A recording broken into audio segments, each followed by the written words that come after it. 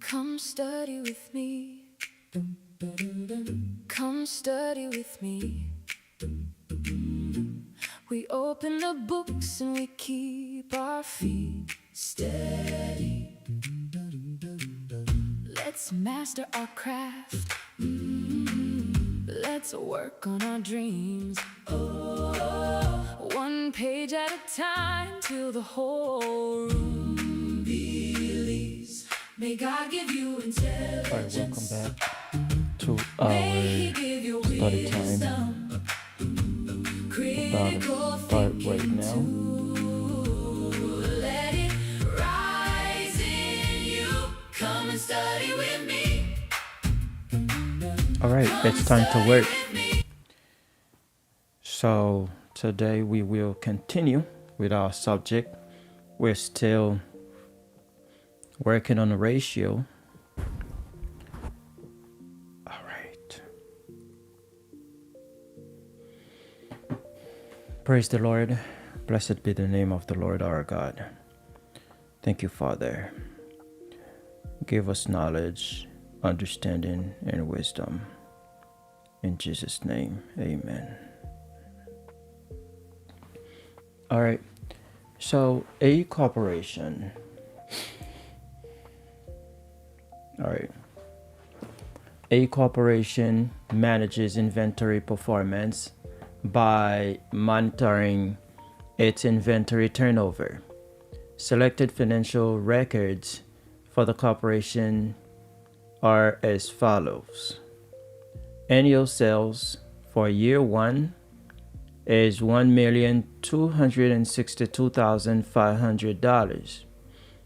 For year 2, $1,062,500. For year 3, $1,459,000. Gross annual profit percentage. Percentage for year 1 is 45%. Percentage for year 2 is 30%. Percentage for year 3 is 40%. Gross annual profit percentage. The beginning finished goods inventory for year 2 was 20% of year 2 sales. Year 2 sales is $1,062,500. The ending finished goods inventory for year 2 was 18% of year 3 sales. Year 3 sales is $1,459,000.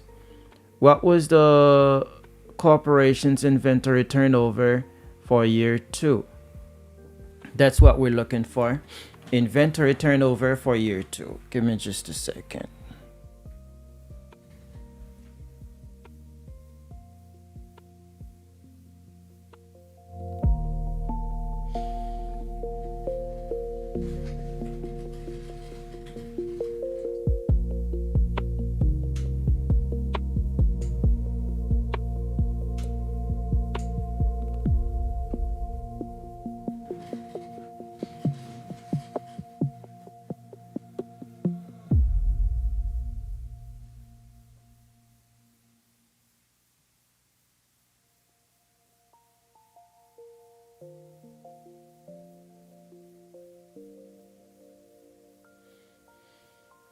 Okay.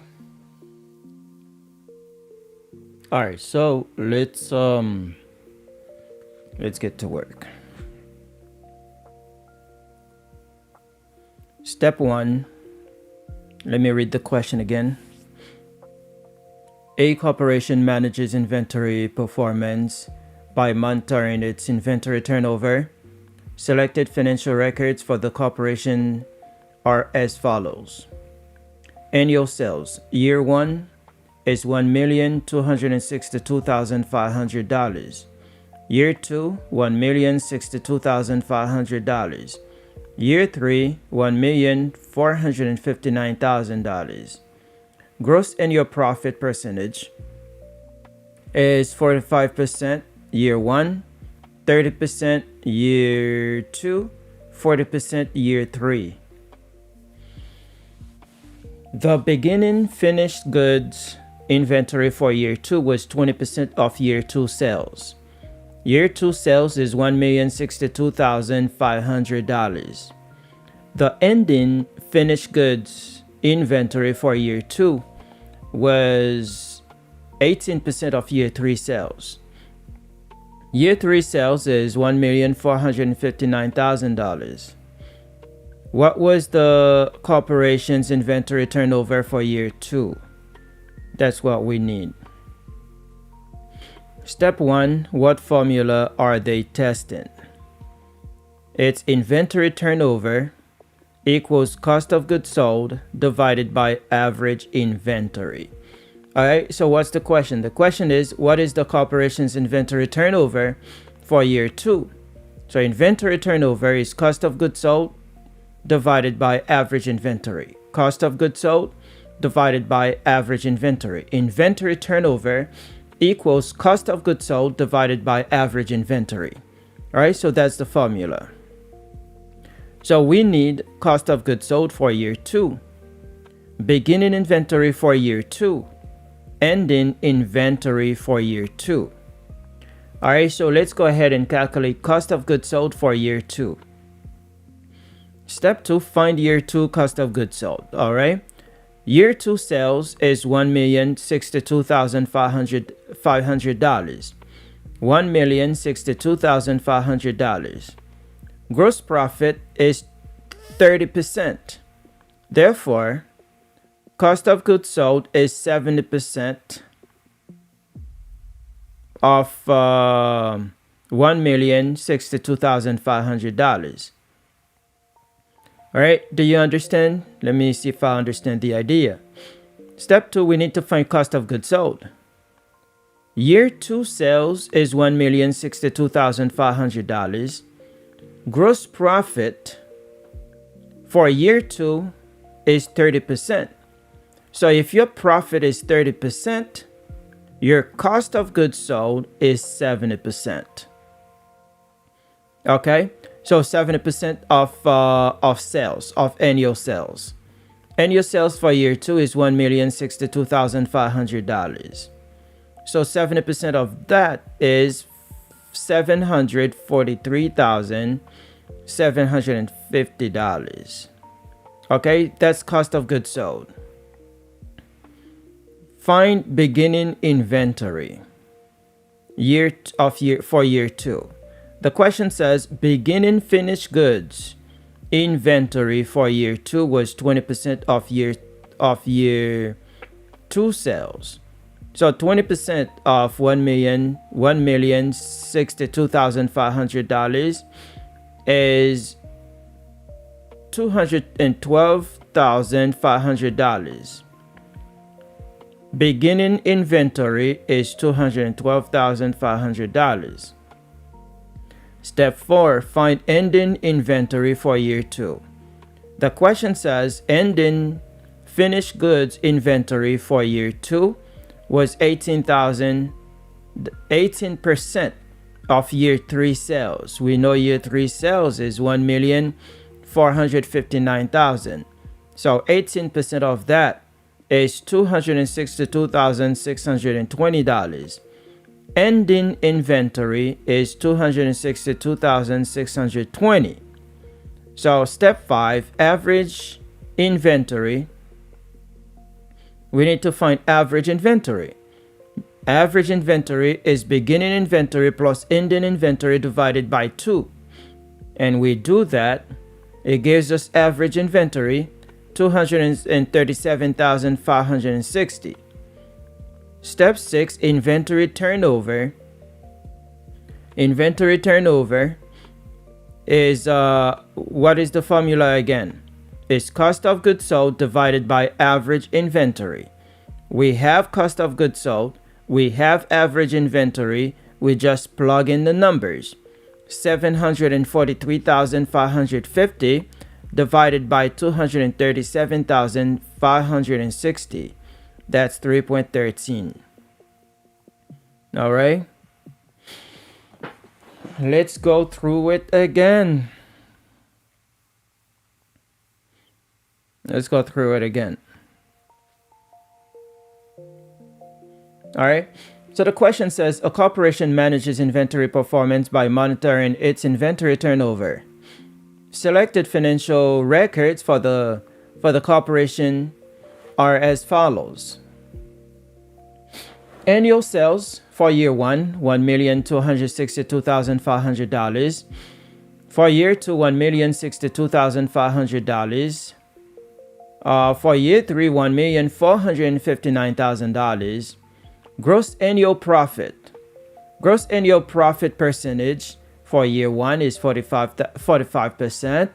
For year two is 30%. Year three, 40%. The beginning finished goods inventory for year two was 20% of year two sales. So I just calculate year two sales, 20% of that. The ending finished goods inventory for year two was 18% of year three sales.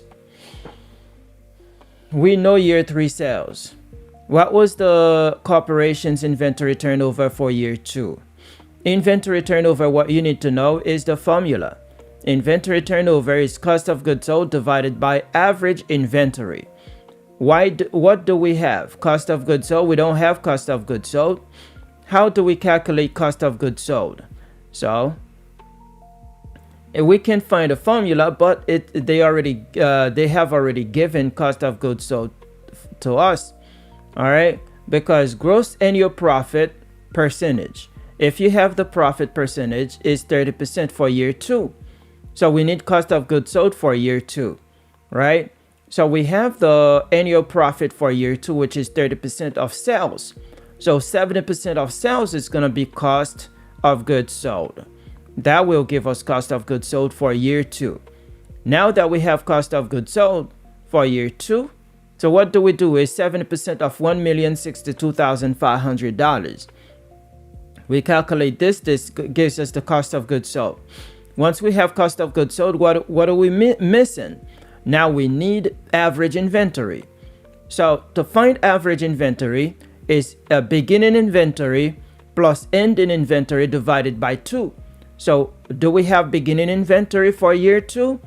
We don't have it directly, but we can find it because the question says that the beginning finished goods inventory for year 2 was 20% of year 2 sales. So 20% of $1,062,500. This is beginning inventory. Ending inventory and the ending finished goods inventory for year 2 was 18% of year 3 sales. We have year 3 sales, which is $1,459,000. So we're going to do 18% of that. So now we have beginning inventory. We have ending inventory for year 2. So now we can find average inventory. Average inventory is beginning inventory plus ending inventory divided by 2. So that's going to give us average inventory. Now that we have cost of goods sold, we have average inventory. We can calculate what? We can calculate the question, the inventory turnover. Inventory turnover is cost of goods sold divided by average inventory. And that's the question. Powerful. Excellent, excellent. So the result is going to be 3.13.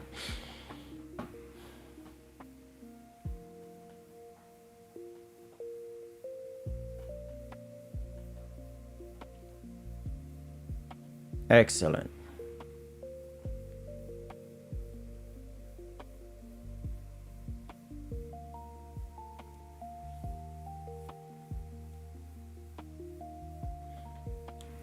Select Co. had the following year 4 financial statement relationships: asset turnover 5, profit margin on sales 0.02. What was Select's year 4 percentage return on asset? We need now return on asset.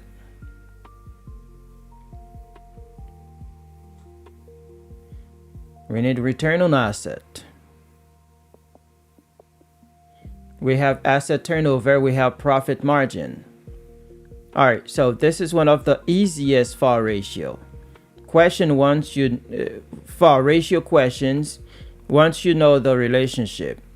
The formula you need to memorize is return on asset is profit margin times asset turnover. Say it again. Return on asset or return on assets equals profit margin multiplied by asset turnover. Return on asset, the return on assets equals profit margin times asset turnover.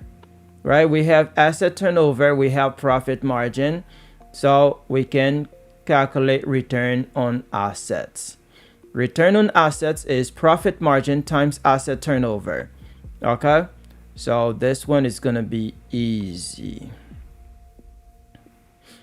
So return on asset equals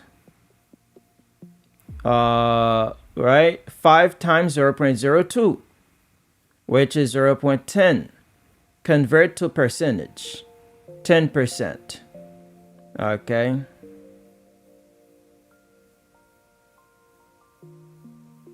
All right.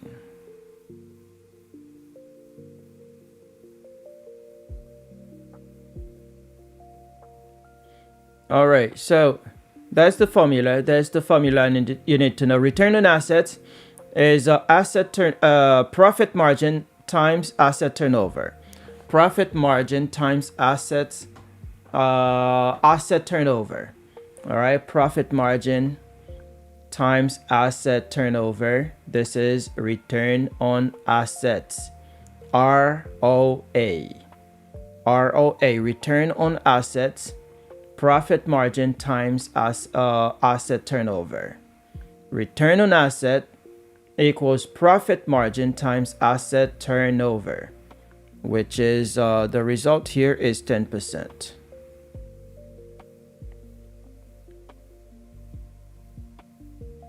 Return on assets times assets turnover.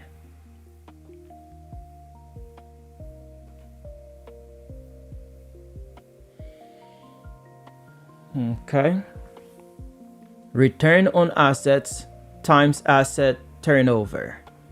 This is profit margin. No. Profit margin times asset turnover. Profit margin times asset turnover. This is return on asset. Return on assets. A company reported the following information on its balance sheet for the current previous years. Current liability for current year is $45,000. Previous year, $35,000. Non-current liabilities for current year is $145,000. Previous year, $130,000. Total assets is $500,000 for current year. For previous year is $540,000. What is the company's debt to equity ratio at the end of the current year? Debt to equity ratio.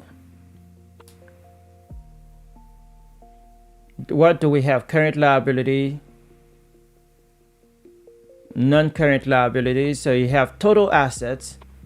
Oh, you have total asset. All right, so that wouldn't be too hard because you have liabilities, you have asset, you need a debt to equity ratio, right? So if total asset is 500,000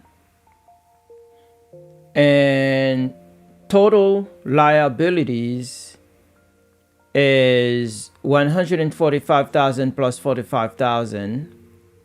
What is that? Let me calculate this myself to see if we got it. If not, we'll go to scanning it. All right, 45,000 plus 145,000.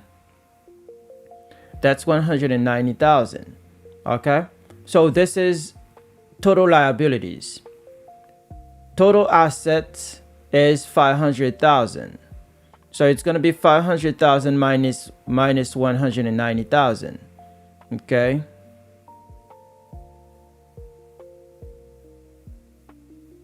This is 310,000. So $310,000 current liabilities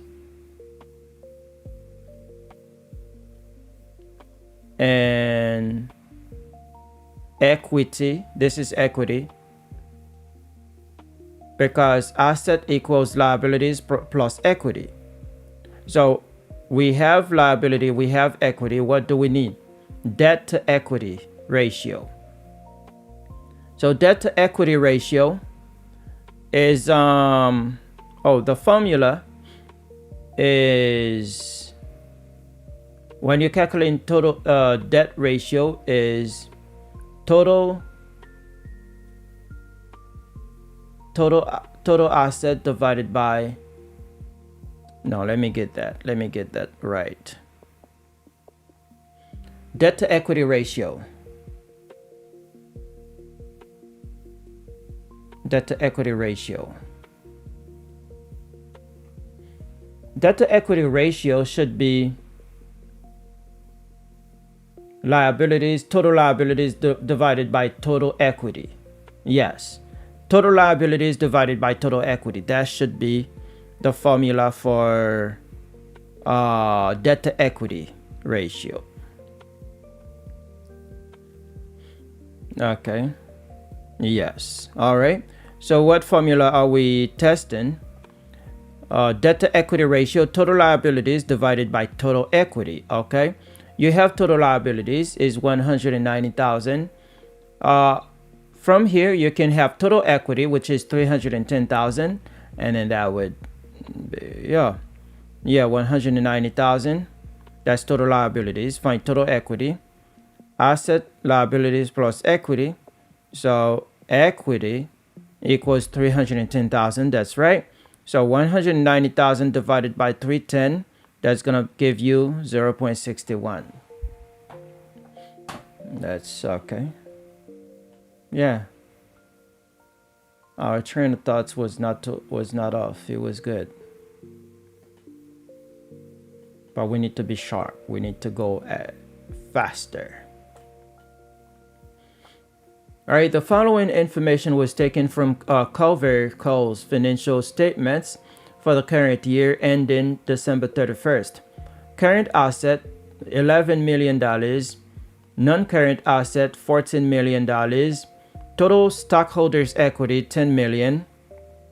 Total operating expenses, $20 million.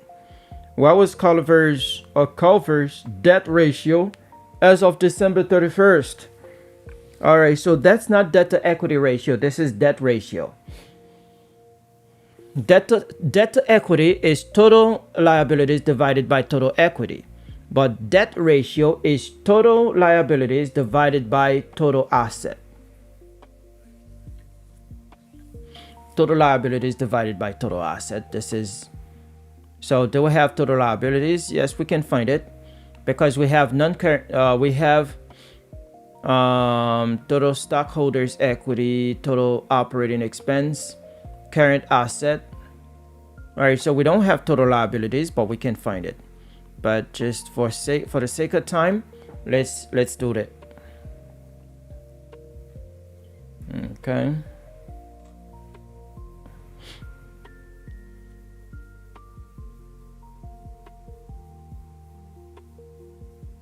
All right, this is debt ratio question. All right, debt ratio. The formula for debt ratio is total liabilities divided by total assets, which we already said. Step 2, find total assets. Okay. Current assets, $11 million. Non-current asset, $14 million. So 11 million plus 14 million is $25 million for total assets. Step 2, find total liabilities. Use the accounting equation. Assets equals liabilities plus equity. All right, so we need to find liabilities. So liabilities equals assets minus equity. Okay, All right, that makes sense. Liabilities, assets minus equity. So 25 million minus 10 million is 15 million. So now we can calculate it. Calculate debt ratio. 15 million divided by 25 million is 0.6, which is 60%. All right. Debt ratio is liabilities divided by assets. Measures what percentage of assets is financed by debt. Okay, so what percentage of asset is financed by debt? This is why you calculate debt ratio. Liabilities divided by assets. Debt to equity ratio is liabilities divided by equity. So how much debt exists for every dollar of equity? Okay, so just memorize that. Okay, just memorize that. Memorize that. Okay, so that's good. So can we just explain that? Right, so what do we need? What's the question? The question asks the debt ratio. Okay, it's debt ratio. So what is the formula for debt ratio? Debt ratio is total liabilities divided by total assets. Total liabilities divided by total assets. That's a debt ratio. Okay, so do you have total liabilities? You can find it. Okay, so how you find total liabilities? All right, first let's find total assets. All right, let's find total assets, which is what we have on the screen. Total assets is current assets plus non-current assets. All right, current asset of 11 millions, non-current assets 14 million. That's 25 million. So we have total assets. Okay, we have the denominator. Now we need total liabilities. We don't have total liabilities. We don't have anything related to liabilities, but we can use the formula. The accounting formula or equation is assets equals liabilities plus equity, right? Do we have liabilities? Yes. Do we have liabilities? This is what we're looking for. Do we have assets? Yes. All right, we have asset. Do we have equity? Total stockholders equity? Yes, we have it, which is 10 million. So we solve for liabilities. So liabilities now, asset equals liabilities plus equity. So liabilities now is equity is asset. Liabilities equals now asset minus equity. Okay, asset minus equity equals liability. So that's where we get the 15 million, and then we calculate it, we get the result, which is 60%. 60%.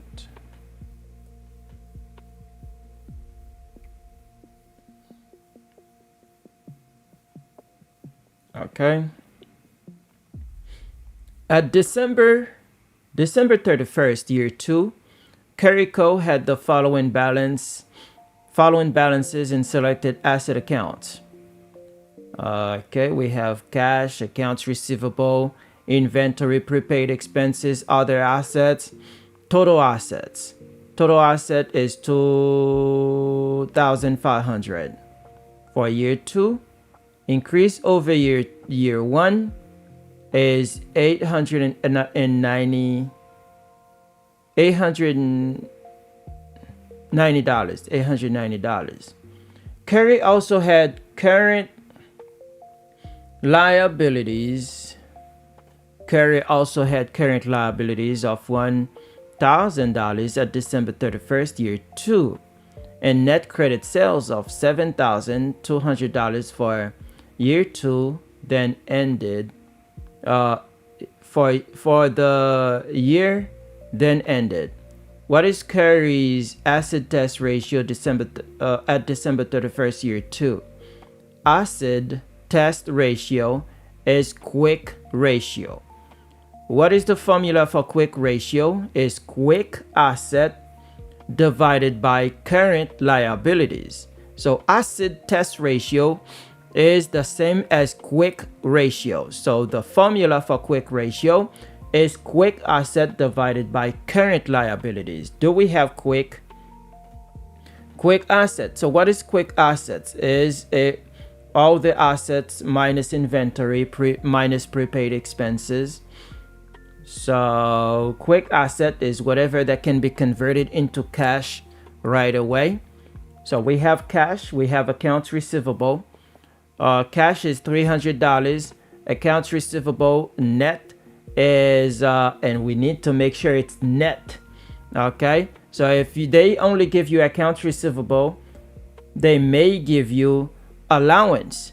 So net accounts receivable equals accounts receivable minus allowance. But in this question, they give us the net, which is good. Accounts receivable net is $1,200. Here we have inventory, which is not quick asset. Prepaid expenses is not a quick asset.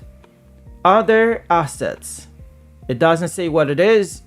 We cannot say it's quick asset. It's just other asset. It can be building, it can be equipment.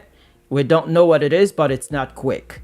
All right, so we have quick assets, which is $1,500. Cash is $300. Accounts receivable net is $1,200. So that's $1,500 of quick asset in year 2. Now we need quick asset divided by what? By liabilities. Okay, quick asset divided by liabilities. Yes, Curry also had current liabilities. By current liabilities, okay. Curry also had current liabilities of $1,000 at December 31st, year 2. That's all we need to know. Now they say credit sales of $7,000. We don't need credit sales, I believe, because why do we need credit sales? We have quick asset, which is quick asset is $1,500 divided by 1,000, because current liabilities is 1,000. Let's see if it works. If it doesn't work, we will come back to it. Okay, 1,500 divided by 1,000 is 1.5. 1.5. All right. So what's the question? The question asks for asset test ratio. Asset test ratio is quick ratio. The formula for quick ratio is quick asset divided by current liabilities. That's it. And if it's not correct,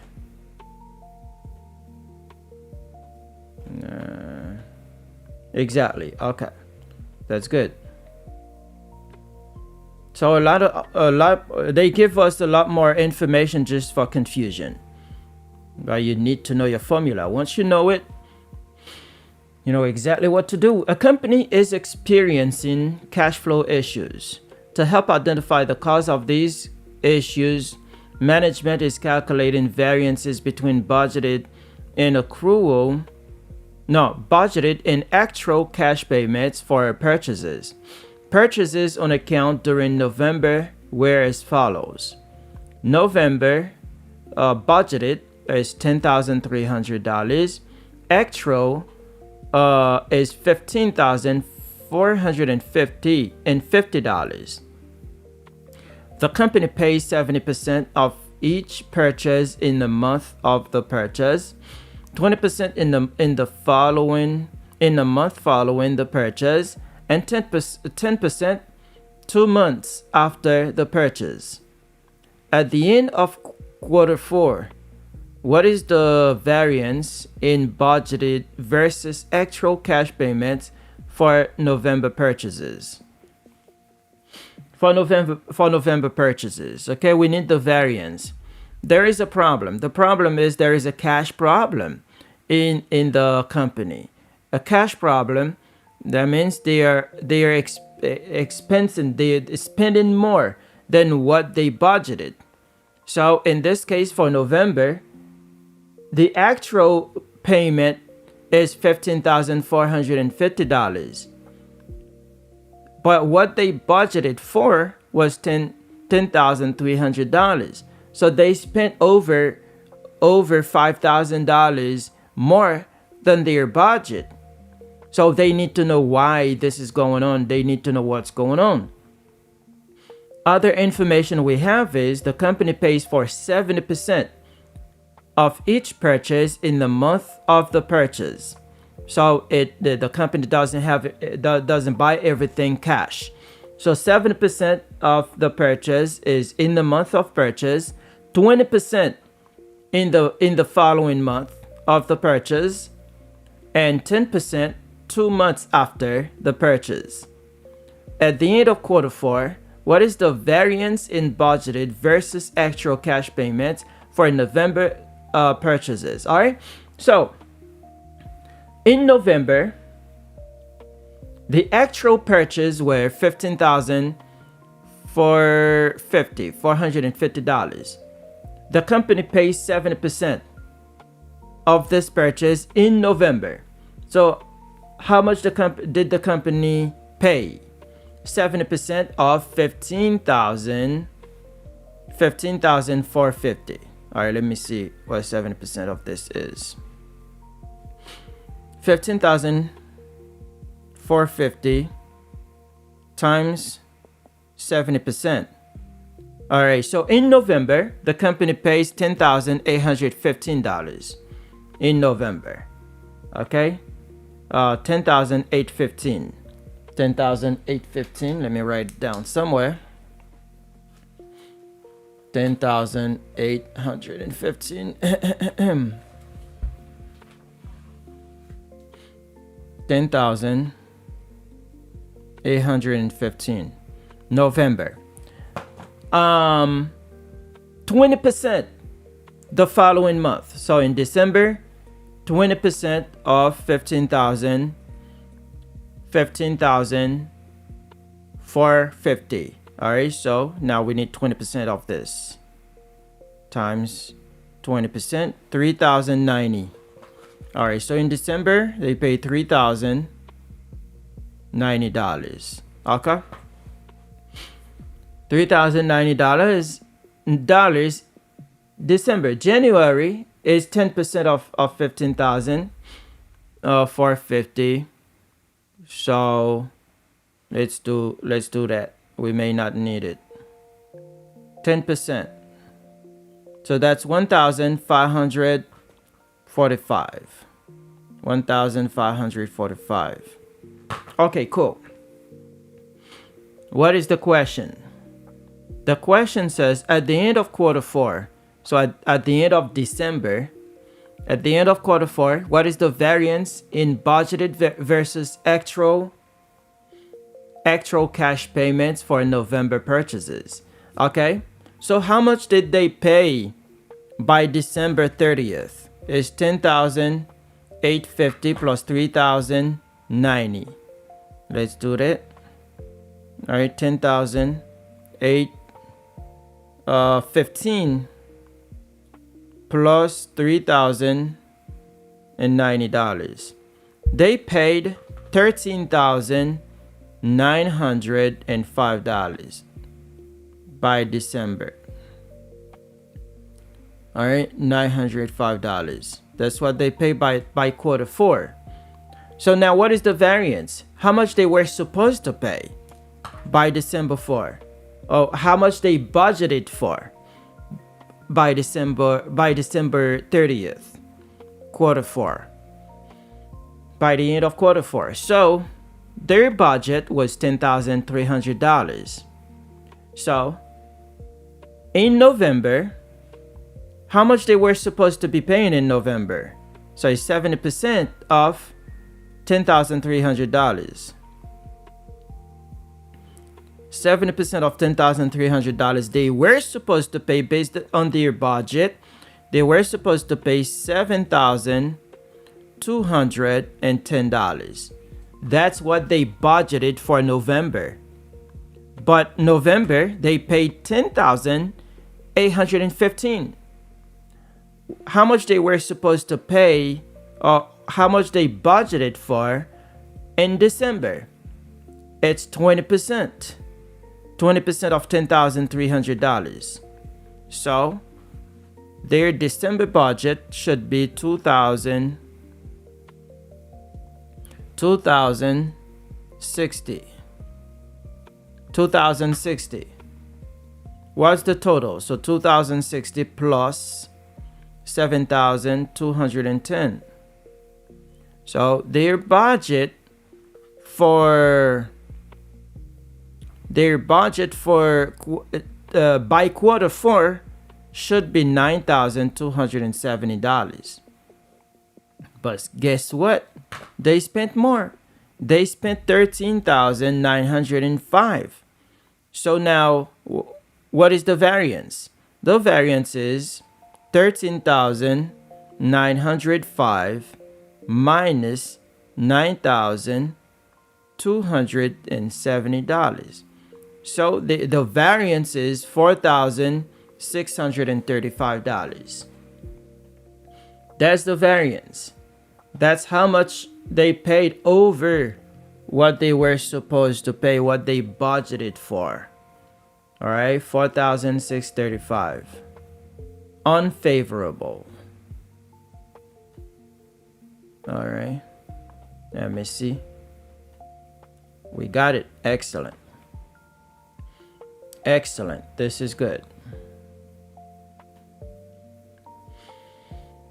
The following selected data is for Consumer Products Division of Garriott Corp. All right. Sales, $50 million. Average invested capital, total assets, $20 million. Net operating profit, $3 million. Cost of capital, 8%. What is the question? The question says calculate the return on sales for the Consumer Products Division. Consumer Products Division. Return on sales. Return on sales. We have sales, $50 million. Average invested capital, total assets, $20 million.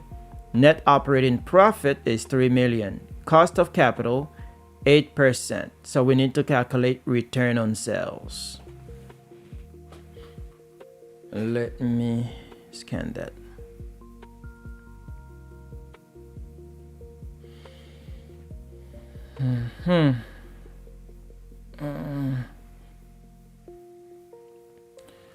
Yep.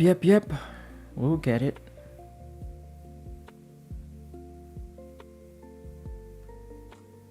We need to calculate return on sales.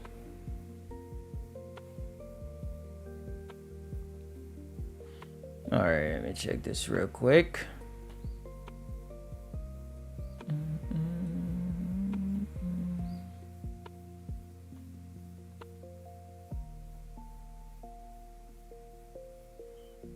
All right, just a second. Get this going. Okay, so return on sales. What's the formula? Net operating profit divided by sales. What are we given? Well, given sales is 50 million. Net operating profit is 3 million. The other numbers are distractions. Wow. That's how we need to know. This is not that hard. It's knowing the formula, understand the story. All right, so what are we looking for?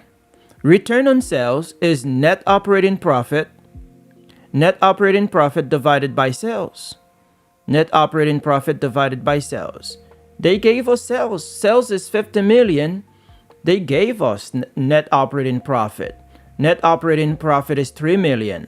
So what do? Is just divide 3 million divided by 50 million is 0.06, which is 6%. Wow. This is good. Since the decimal equivalent of any percentage is the number over 100, 6% is 6/100, i.e., 0.06. I was not This is talking from to you. sciencing.com. I was not talking to you. These devices think they're human. You're talking and they start talking back to you. Alright, so all of these other information they gave us, sort of that other information is distraction. Cost of capital 8%. No. Average invested capital, right? 20. Alright, so what we need is sales and cost of capital. No, net operating profit. Okay, so what's the question? The question is calculate return on sales. Return on sales is net operating profit divided by sales. Return on sales is not operating profit divided by sales. Return on sales, not operating profit divided by sales. Return on sales, not operating profit divided by sales. Return on sales is net operating profit divided by sales. Return on sales, net operating profit divided by sales. We got it? Return on sales is not net operating profit divided by sales. Okay, that's good. That's good. Net operating profit divided by sales.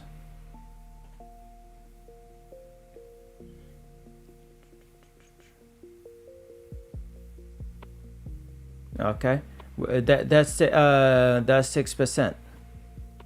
6%. 6%. Okay. ABC Corp is calculating variances between budgeted and actual operating results for key accounts. The budgeted and actual results for several accounts are as follows. Sales budget 93,250. Actual 91,275. So they sell less than what they budgeted for. Sales discount $8,900. Actual $6,160. So their discount is good. Advertising expense $7,090. Actual $10,435. So they spent more than what they budgeted for in advertising expense. Prepaid expense $5,220.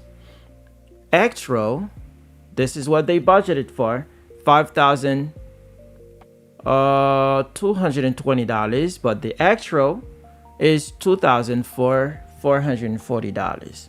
Okay? What's the question? What is the variance between budgeted and actual revenues and expenses? Revenues and expenses. We have sales, 93,000. The budget for sales is 93,250.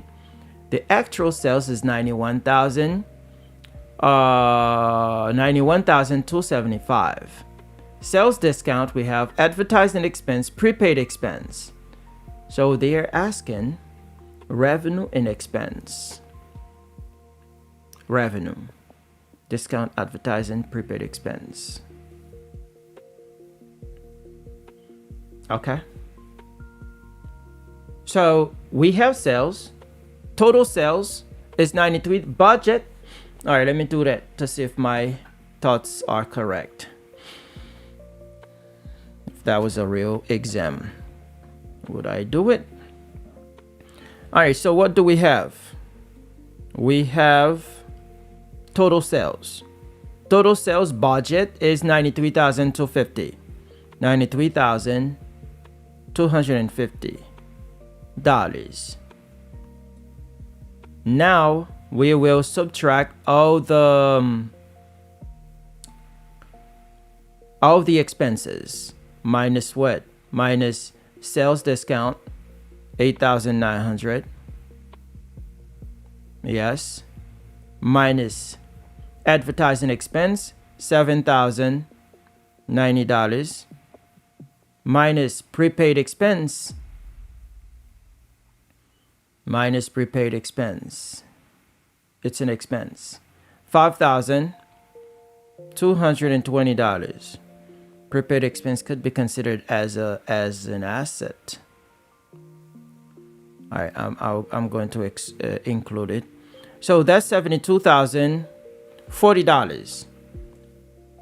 Sales is $93,000, but the actual revenue is $72,040.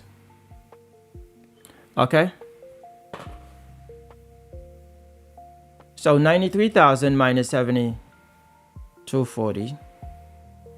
93,250 minus 72,040. 21,210. So revenue is 72,040. Expense 21,210. Okay, so that's budget, but we need the variance. So let's calculate the variance right there. The variance is $40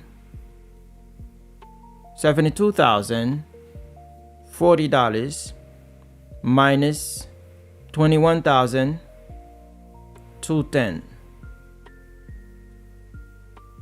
The variance is 50. Wait. No. This is not where the variance is coming from. Stop it. Okay, so now let's go for actual. Actual sales was 91,000. Actual sales was 91,275. 91,275. Okay? Minus expenses. Minus.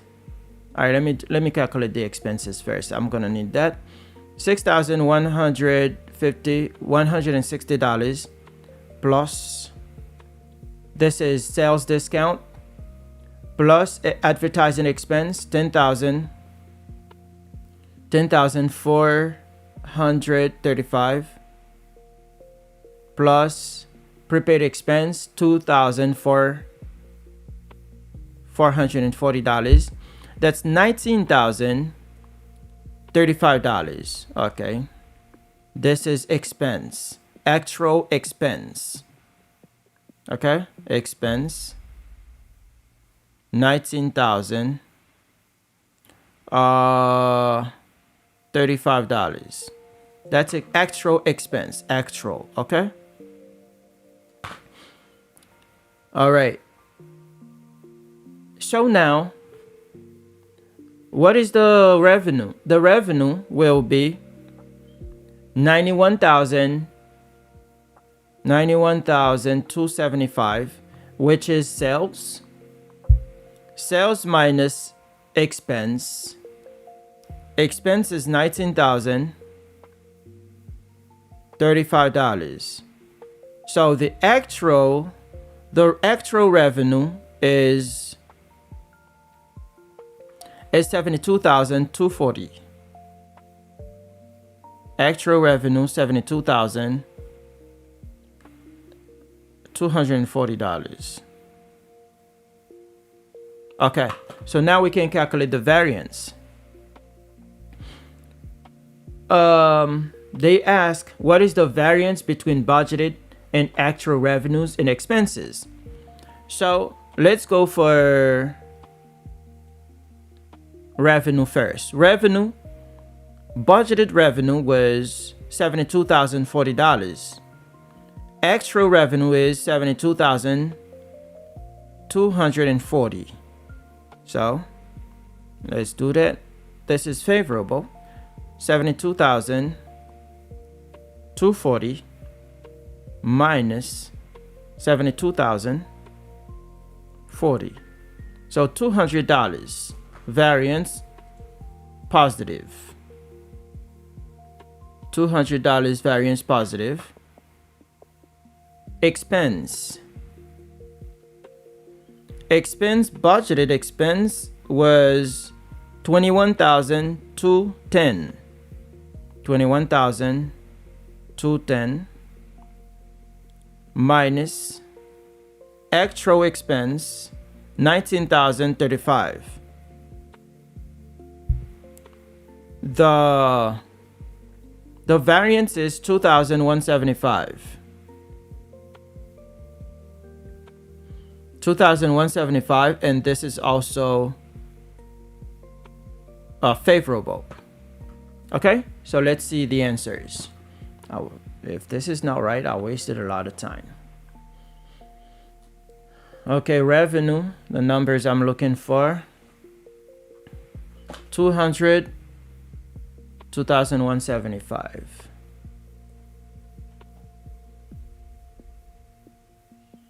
We are way off. What? Let me see what we did wrong. What we did wrong. What I did wrong. Not we.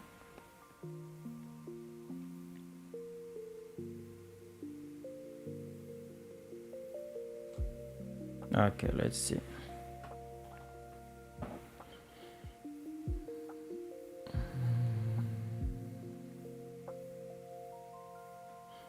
All right, let's break it down carefully. Calculate revenue variance. Revenue here is sales less discounts. Budgeted revenue, $93,250.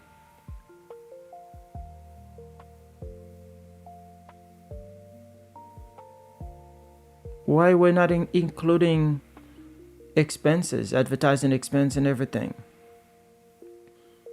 Budgeted revenue, okay, wait. $93,250 minus discount, which is $8,900,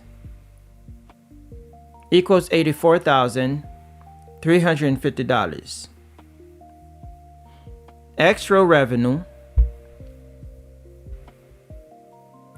$91,275 minus discount, which is $6,160.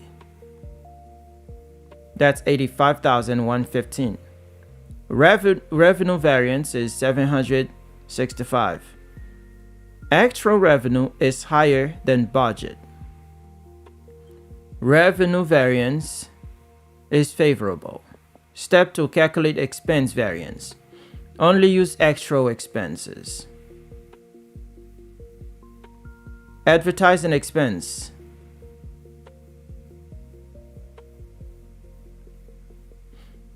$10,435 minus $7,090.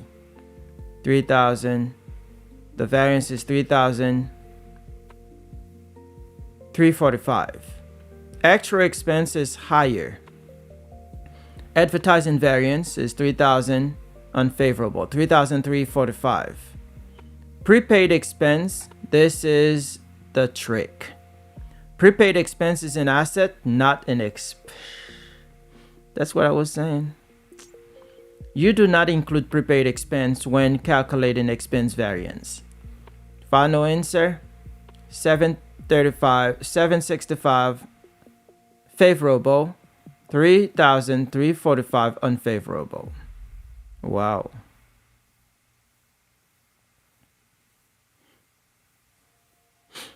Okay.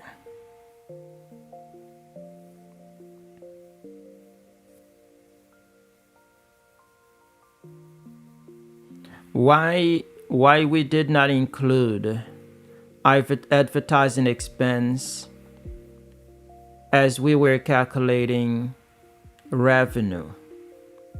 I believe that sales discount plus advertising expense, even though we don't include prepaid expense, but advertising expense minus sales would give us the revenue, why advertising expense is not part of expense to calculate revenue. We only use discount.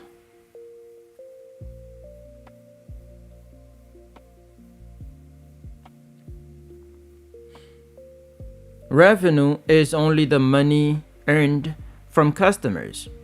Revenue equals sales minus sales discounts.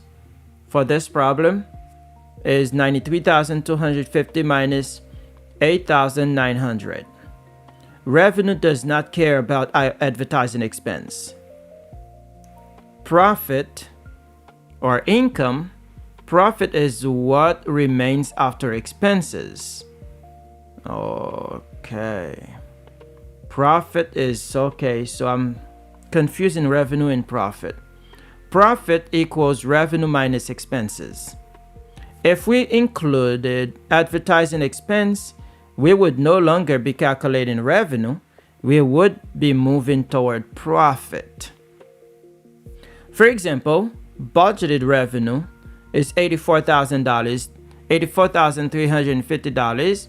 Budgeted advertising expense, $7,090. Profit would be $84,350 minus $7,090, $77,260. Notice that this is profit, not revenue. Have that in mind, my friend. All right, so calculating revenue is sales minus discounts. That's revenue. After that, and prepaid expense is not an expense. It is an asset. Remember that. And that's it. Wow.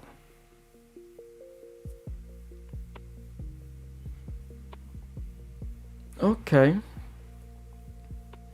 And when you're calculating expense variance, you do not include discounts. You calculate actual expense, actual cash, money, transactions, advertising expense. Sales discount is just a discount. It's a discount. You do not include that in expenses as you calculate the variance. We waste a lot of time. Well, how was this? Looking to see where I was. So, 765 favorable.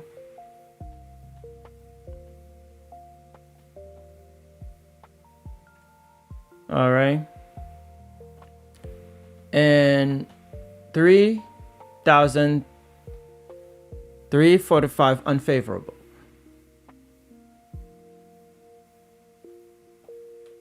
That's understandable. This is simple, right? Let me explain it to see if I understand it. ABC Corp is calculating variances between budgeted and actual operating results for key accounts. The budgeted and actual results for several accounts are as follows. Sales, $93,250 budget, actual $91,275. Sales discount, $8,900 budget, $6,160 actual. Advertising expense, $7,090 budget, actual $10,435. Prepaid expense is $5,220 budget, $2,440 actual. So what is the variance between budgeted and actual revenues and expenses? So to get revenue, not profit, revenue is sales minus discounts. That's it. Revenue, sales minus discounts. So revenue is going to be 93,000 minus 8,900. So this is going to be revenue. Budget revenue. Okay. And actual revenue is 91,275 minus 6,160, which is sales discount. Okay. So revenue is sales minus discount. Have this in mind. Revenue is sales minus discount. Now we need to calculate expenses. expense variance. Budget expense is $7,090. Actual expense, advertising expense, right? So here the actual the expense is advertising expense. There is no other expense here. All right. Prepaid expense is not an expense. It is an asset. So you cannot include that in expense. All right. So if you had building expense, you had a rent. Well, prepaid expense. This is actual. This is an asset. So if you had other type of expense, you would include it. But here you only have advertising expense. All right, which is $7,090, $10,000. So you calculate this, and this is gonna give you the result. It's not that complicated. Know what you're looking for. That's why you practice, man. Because you didn't know it. That's why you practice. A company had the following information for the year. Cash December 31st, $300. Accounts receivable net for January 1st is $800. Accounts receivable net December 31st is $1,200. Net sales $7,200. What was the number of days sales in accounts receivable? Number of days. Is 365. I know the 365 divided by what? 365 divided by, I'm not going to waste a lot of time on this right now. 365 divided by, let me do this.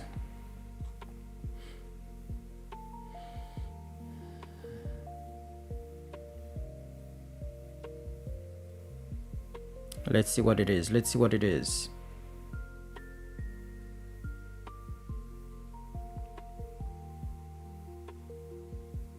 Let's do it. Right, just a second.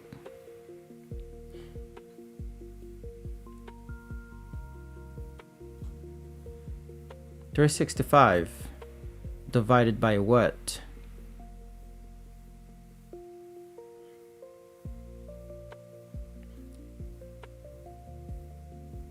This is a day sales in accounts receivable question. Step 1, find average accounts receivable. Beginning accounts receivable is 800. Ending accounts receivable is 1,200 divided by 2. So average accounts receivable is 1,000. Step 2, calculate accounts receivable turnover. Accounts receivable turnover is net sales divided by average accounts receivable. So we have net sales 7,200 divided by average accounts receivable, which is 1,000. So that's 7.2. Step 3, convert turnover to days. Day sales in accounts receivable is 365 divided by accounts receivable turnover, which is 7.2. Okay.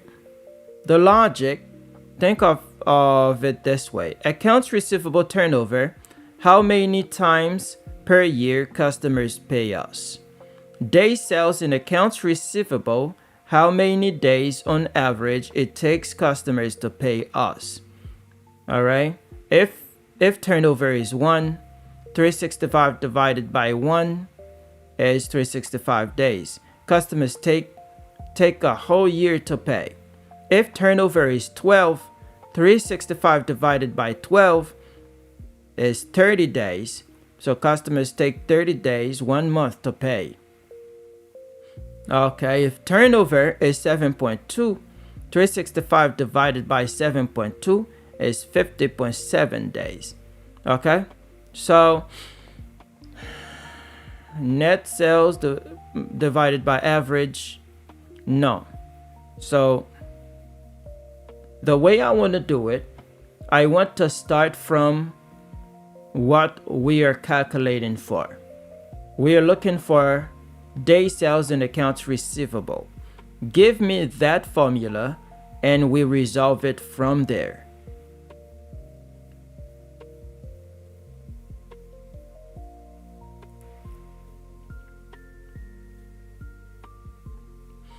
Okay, so what are we looking for?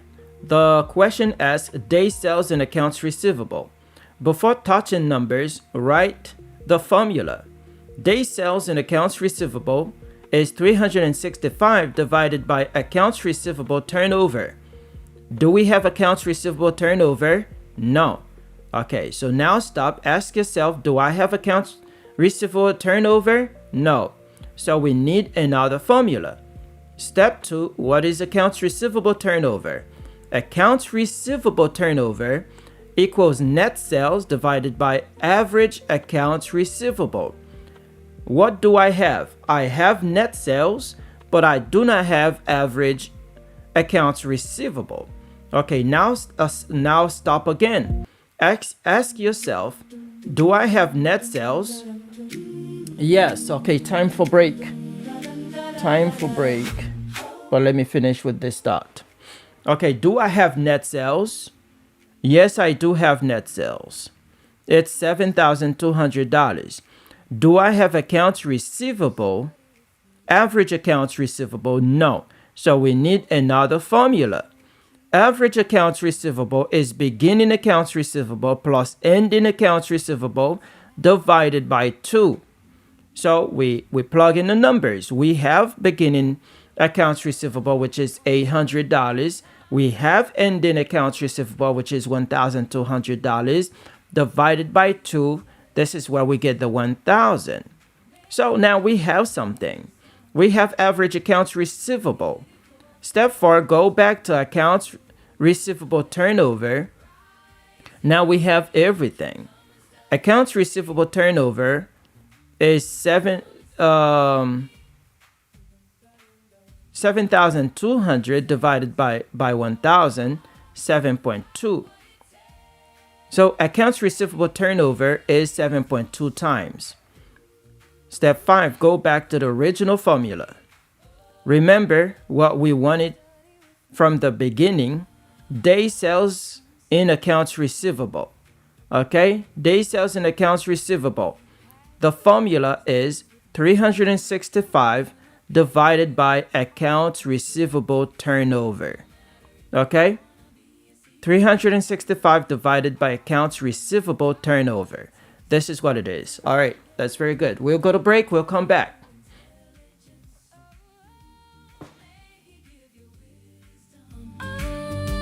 Critical thinking too. Let it rise in you. Come and study with me. Come and study with me. Come and study with me. You've got what it takes. Oh, you've got what it takes. May your brain be so sharp. Ooh, with the great memory. With the great memory. Come and study with me. Come study with me.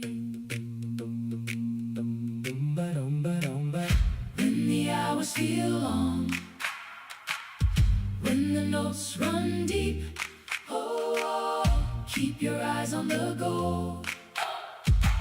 Keep your promise to keep. May God give you intelligence. May He give you wisdom. Critical thinking too. Amen. Amen. Come and study with me. Come and study with me. Come and study with me. Come and study with me. You've got what it takes. You've got what it takes. You've got what it takes. May your brain be so sharp. Ooh, with the great memory.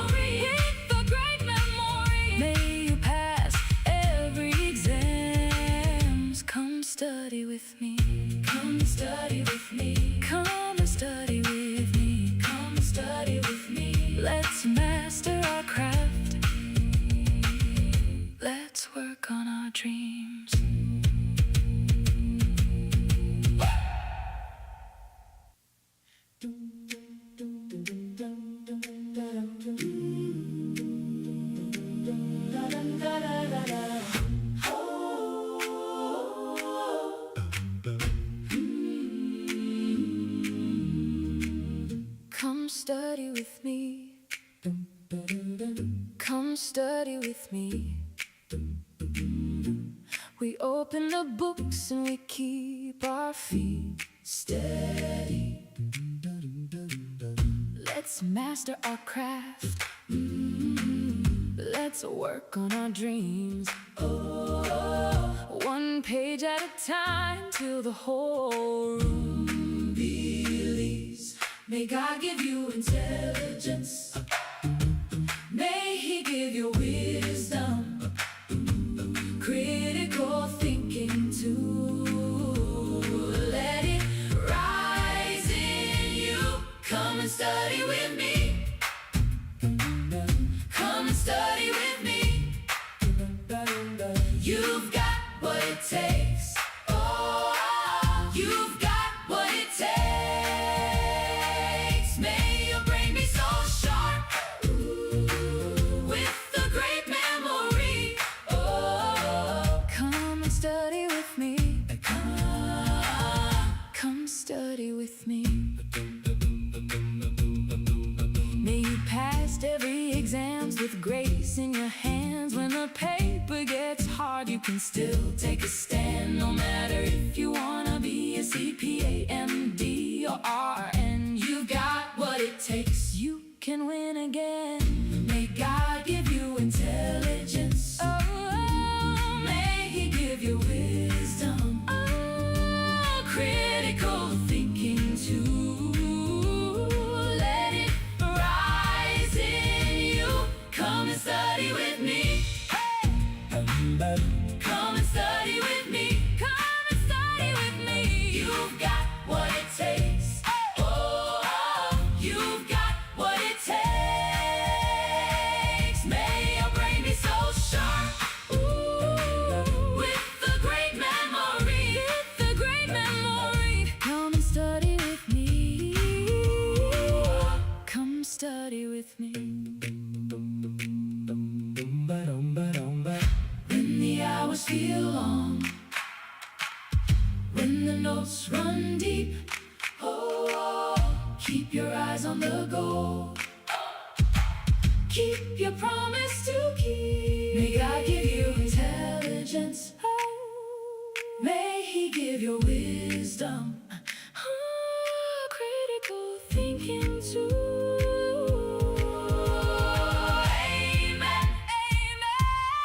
Study with me.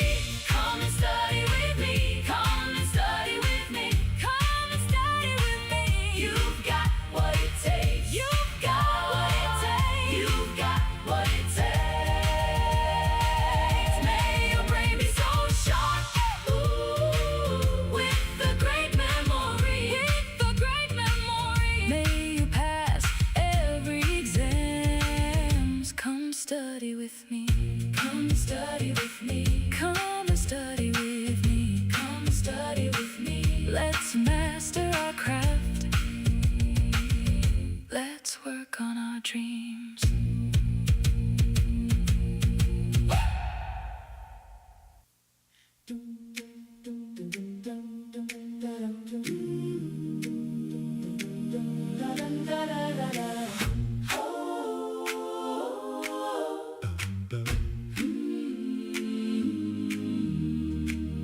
Come study with me. Come study with me. We open the books and we keep our feet steady. Let's master our craft.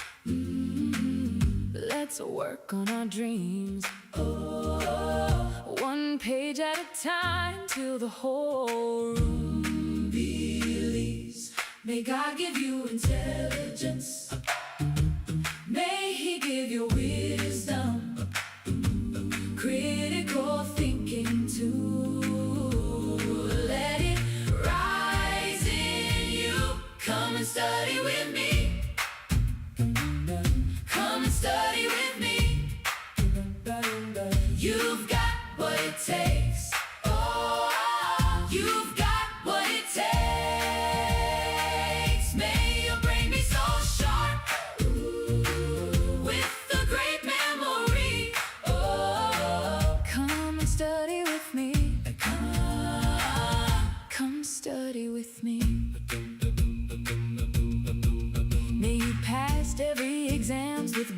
in your hands when the paper gets.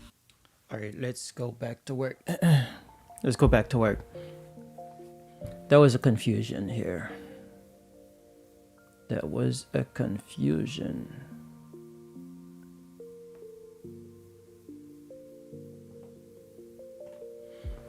There was a confusion. Give me just a second.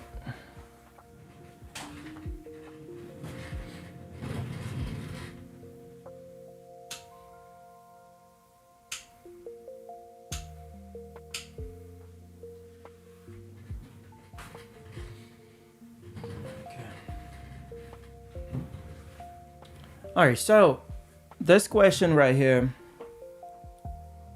this question, the result is different. It looks like there are two different formula that we could use. Okay. So what did we do? Okay.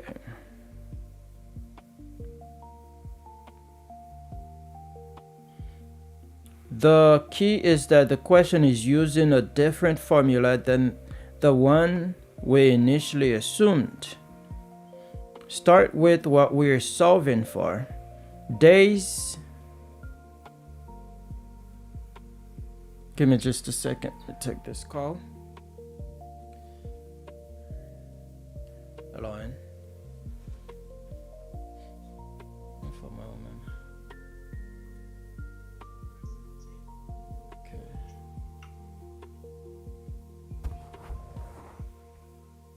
Oh, okay. They're going nice. Yeah.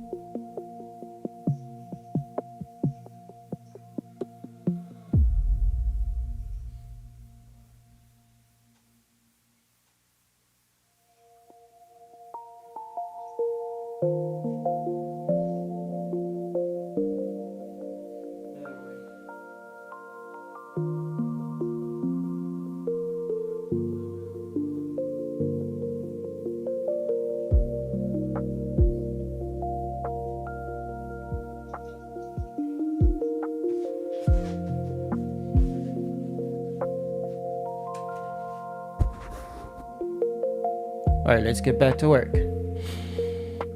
Okay.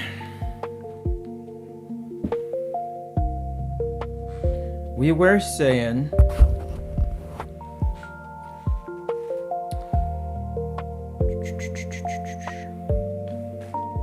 okay. The key is that the question is using a different formula than the one we initially assumed. Start with what we are solving for. Day sales in accounts receivable.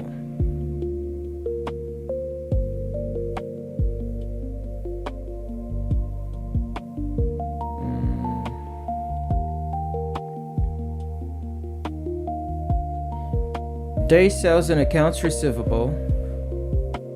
There are two versions you may see. Version 1, more precise, day sales in accounts receivable is 365 divided by accounts receivable turnover. This requires accounts receivable turnover, net sales divided by average accounts receivable. Version 2 is the shortcut. Day sales in accounts receivable is ending accounts receivable divided by net sales times 365. This is what this question expects. How to recognize which formula to use. If they give beginning accounts receivable, ending accounts receivable, think average accounts receivable and turnover in days. If they give only ending accounts receivable and net sales, think ending accounts receivable divided by net sales times 365. Okay. So why do we say we only have ending accounts receivable if we have here accounts receivable net, okay, December 31st, but we also have accounts receivable net January 1st. Is this of another year? How do we know it's not the same year?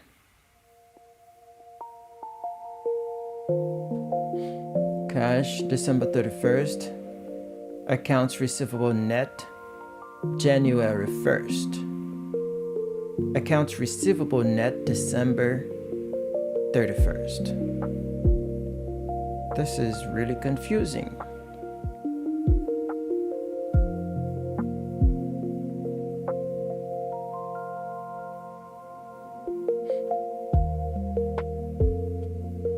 If the question truly gave accounts receivable January 1st, the $800, accounts receivable December 31st, $1,200, then we do have both beginning and ending accounts receivable for the same year. January 1st, beginning of the year, December 31st, end of the year. So average accounts receivable is 1,000, right? 800 plus 1,200 divided by 2. This gives us average accounts receivable. And then accounts receivable turnover is it's net sales divided by average accounts receivable. Net sales is 7,200 divided by 1,000, which is 7.2. Day sales in accounts receivable will become 365 divided by accounts receivable turnover. Accounts receivable turnover, which is 7.2. The result would be 50.7 days. The reason we changed to the 60.8 day calculation is because the second picture on. All right, but this is not the result that we have. We don't have the 50.7 as an option. The January 1st balance was cut off. No, okay.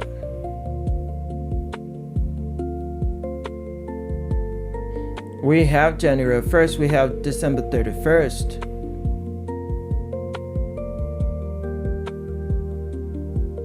Yeah.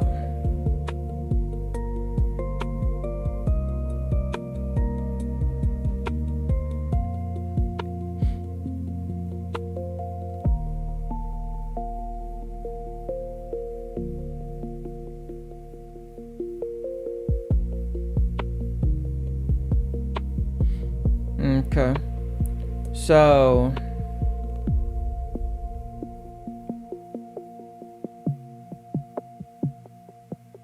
all right, so I believe.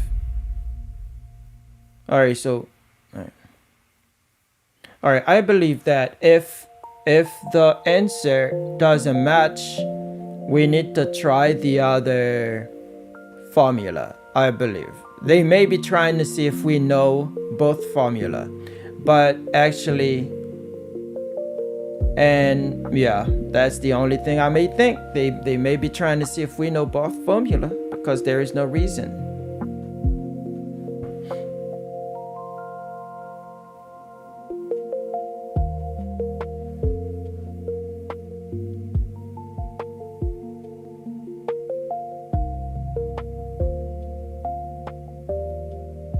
Yeah.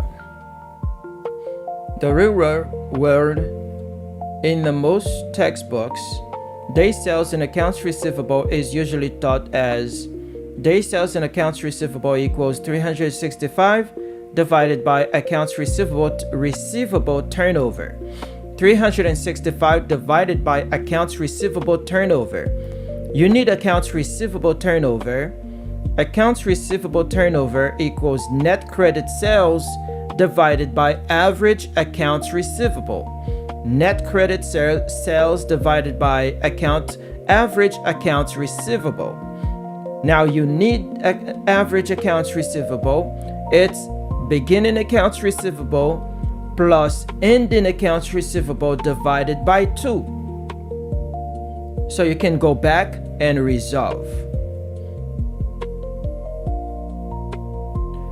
What I would learn from this question is not my first formula was wrong. Instead, learn there are 2 accepted formulas and FAR may test either one.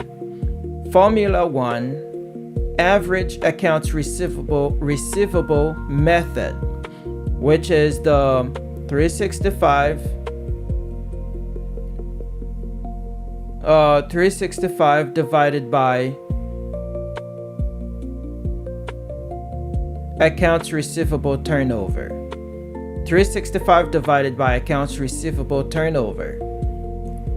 Accounts receivable turnover is net sales divided by average accounts receivable. Average accounts receivable is beginning accounts receivable plus ending accounts receivable divided by 2. Or we can use the other formula, which is like a shortcut. The other formula is average accounts receivable divided by net sales times 365. This is the more precise method. Formula 2. This is the more precise method. No. Okay. This is the first formula where we use average accounts receivable. There is another formula where you only use ending accounts receivable. So formula 2 is ending accounts receivable divided by net sales times 365. The results will be different, but you need to know both formulas. Ending accounts receivable divided by net sales times 365. This only use ending accounts receivable, and in some cases you will only have ending accounts receivable, so you can use this one, but sometimes you have beginning, you have ending, but they test this formula, I believe. So let's see. Exactly. All right, so what do they say? Accounts receivable ratio. Accounts receivable turnover, net sales divided by average net accounts receivable. Day sales in accounts receivable, ending net accounts receivable divided by net sales times 365.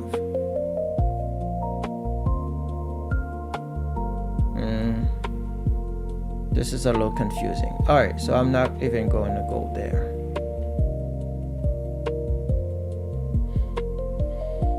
Okay, client code.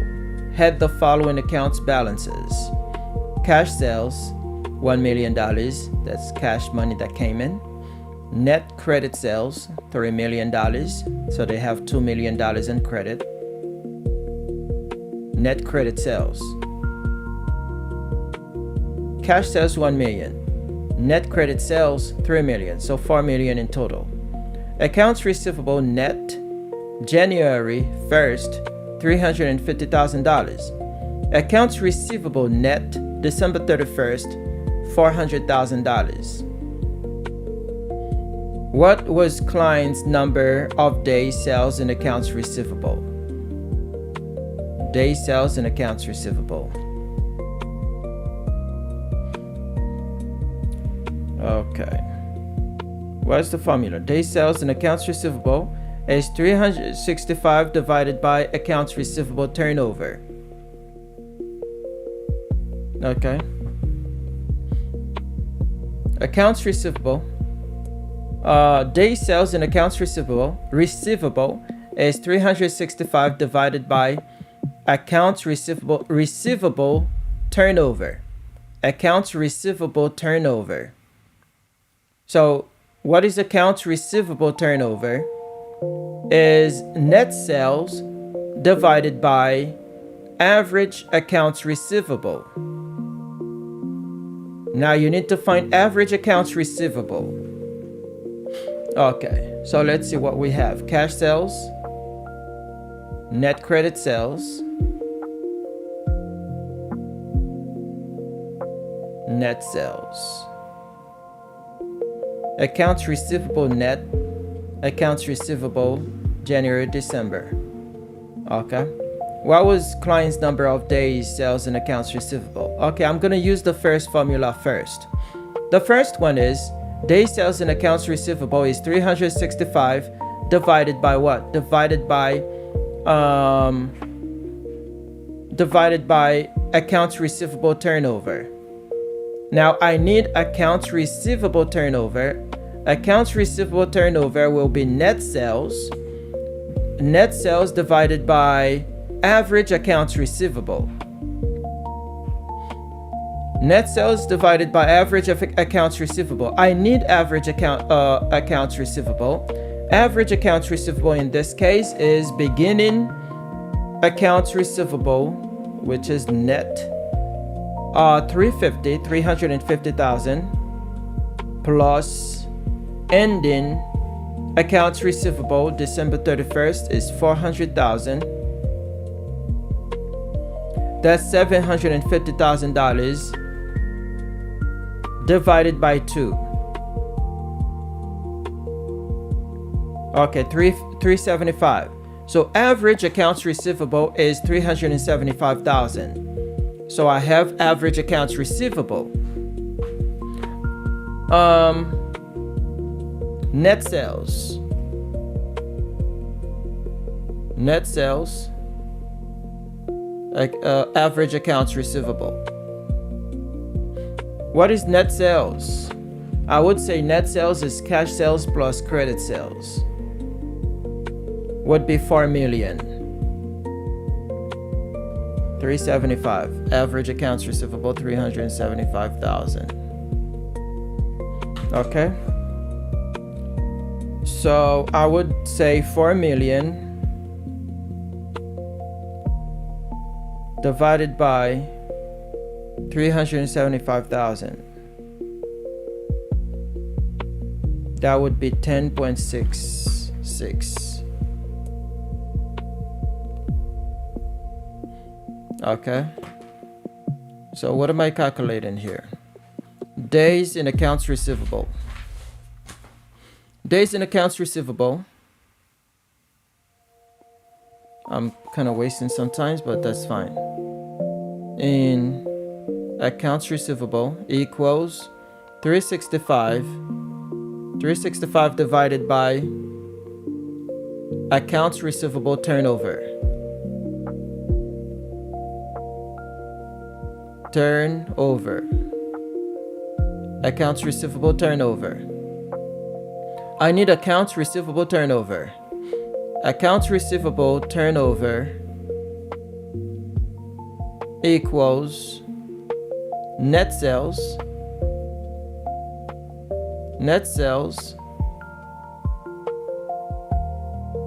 divided by average accounts receivable. Net sales divided by average accounts receivable. Now I have average accounts receivable, 375,000. Net sales is 4 million. Net sales is 4 million. When I do 4 million divided by 375, it gives me 10.66. So 10.66. All right, which is accounts receivable turnover. Okay,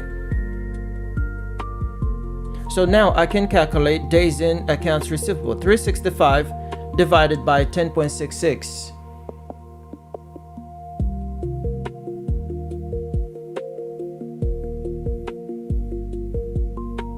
$34.22. All right, 34.2.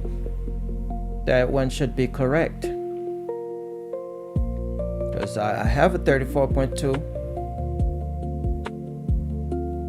No, that's not what it is.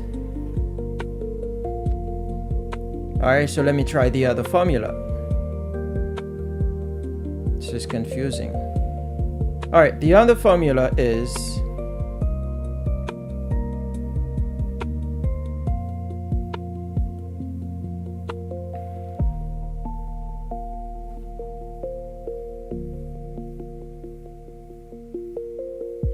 ending accounts receivable divided by net sales times 365. I have ending accounts receivable, which is 400,000.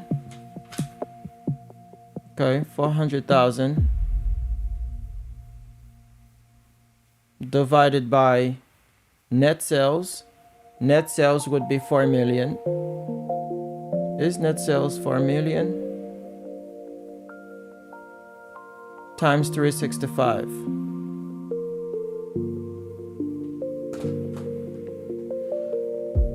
Okay.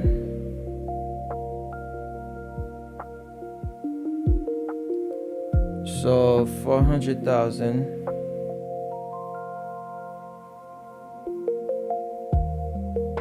divided by 4 million times 365. 36.6. But here I have 48.7. I'm off either way. So maybe net sales is confusing here.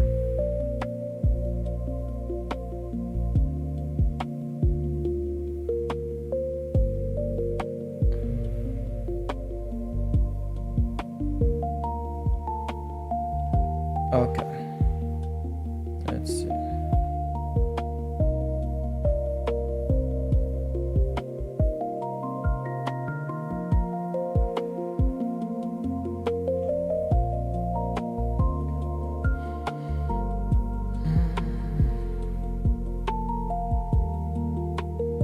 Let's see what we got. This question is actually actually confirms what you just said. Let's start with the formula. What we are solving for: day sales and accounts receivable. Day sales and accounts receivable, 365 divided by accounts receivable turnover. Need accounts receivable turnover. Accounts receivable turnover. Net credit sale. Oh, not net sales. Net credit sales. Net credit sales, which is 3 million, not net sales, but not net credit sales divided by average accounts receivable. They gave me cash sales, which is 1 million. They gave me net credit sales, which is 3 million. For accounts receivable turnover, we use credit sales only, because cash sales never go through accounts Wow. Cash sales never go through accounts receivable. It's cash. They just get the cash. It doesn't go through accounts receivable. Ooh, this is good to know. Cash sales never go through accounts receivable. So if you're calculating accounts receivable, you cannot use cash sales. As only credit sales, net credit sales.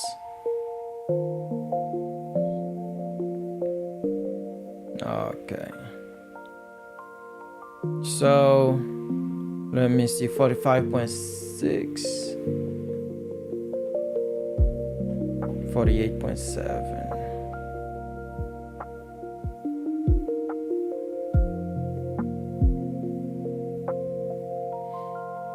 All right, so if they only give ending accounts receivable, so let's use this other formula, because the first formula didn't work either. So ending accounts receivable divided by sales times 365.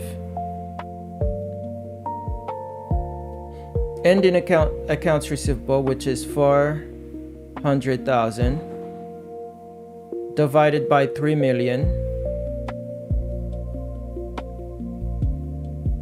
times 365, 48.6. Wow.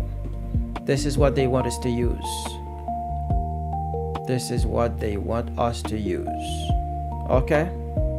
So ending accounts receivable. Ending accounts receivable divided by credit sales times 365. Ending accounts receivable divided by credit sales times 365. In this case is ending accounts receivable divided by credit sales times 365. Okay? Ending accounts receivable divided by credit sales, net credit sales times 365. Days in accounts receivable. Days in accounts receivable. Days in accounts receivable.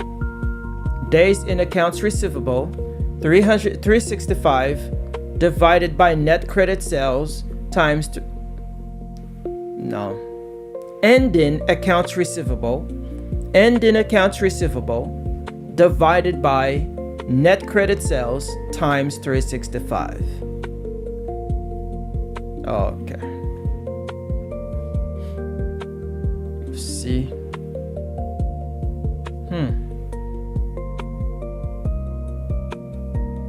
That's why you're learning. This is why you are learning, my friend.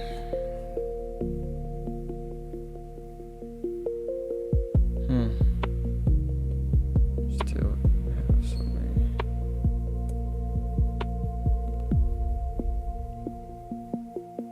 Financial statement ratio. Have 63 questions left. In ratios. Ratios really make you think.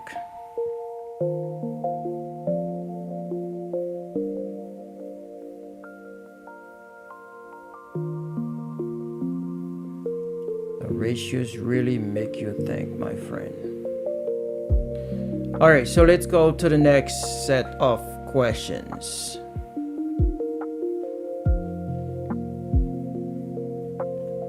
A company's year-end balance sheet is shown below. We have assets, we have liabilities, and shareholders' equity.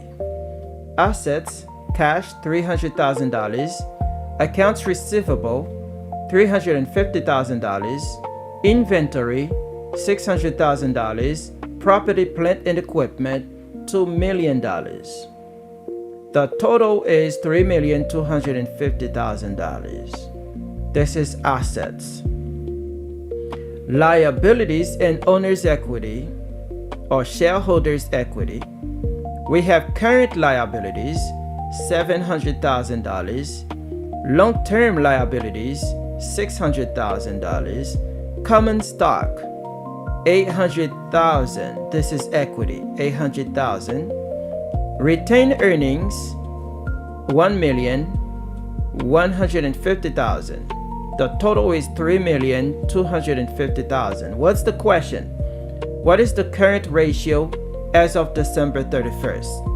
All right, so current ratio is total assets divided by total liabilities. Current ratio. No. Current assets divided by current liabilities. Restate that. Current ratio is current assets divided by current liabilities. When we talk about current asset, is anything that can be turned into cash in the next 3 months. So we have cash, we have accounts receivable, we have inventory. This is current asset. All right, so let's calculate that. Cash is 300,000 plus accounts receivable 350. That's 650,000 plus 600,000 of inventory. That's 1,250,000. 600,000 plus 650,000. All right, 1,250,000. Okay, so this is current asset. Current asset is 1,250,000. Current liabilities is 700,000. They gave it to you. Current liabilities 700,000. Long-term liabilities, common stock, retained earnings. Okay, so that's easy. So we have current assets divided by current liabilities divided by 700,000 is 1.78. 1.78. Okay, I have 1.79. Let's see. And that's correct. This is correcto.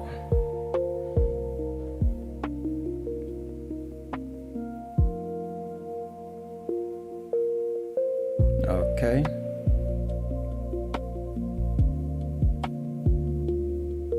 Next. An auto parts store must maintain inventory of a wide variety of parts to satisfy its diverse customer base. As a result, the store's inventory has a high risk of obsolescence.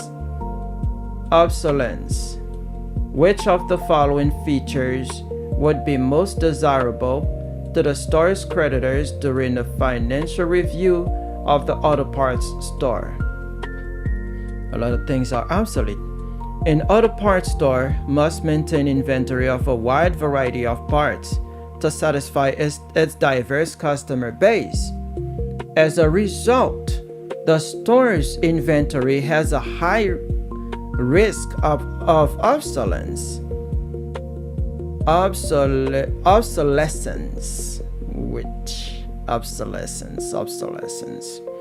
Which of the following features would be most desirable to the store's creditors during the financial review of the auto parts store? High quick ratio? Yes. High debt ratio? No. A high number of days sales outstanding in ending trade receivable? No. A low inventory turnover? No. Low inventory turnover ratio, you're not selling. High quick ratio, yes. High quick ratio, that means you have cash, money available to pay your bills and everything. I would say that, yes, that's correct. High quick ratio.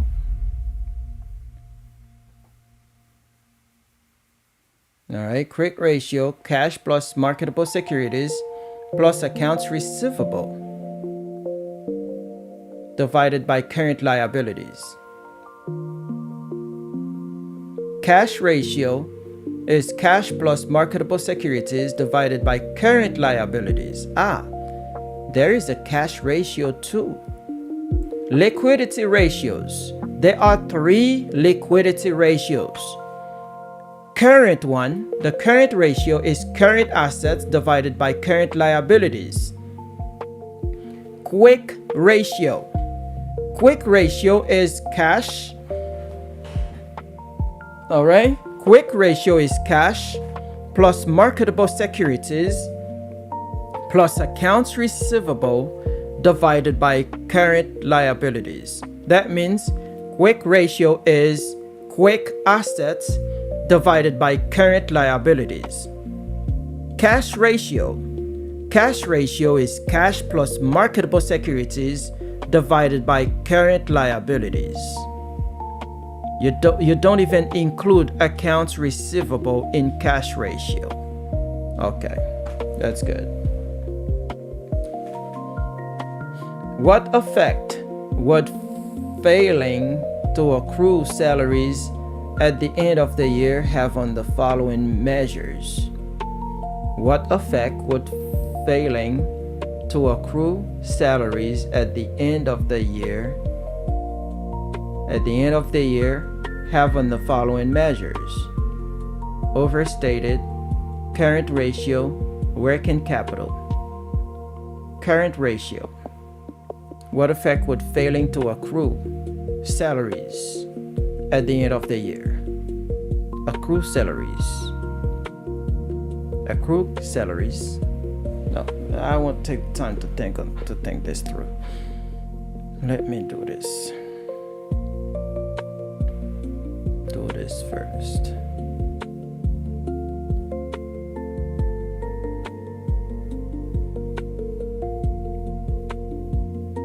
Okay.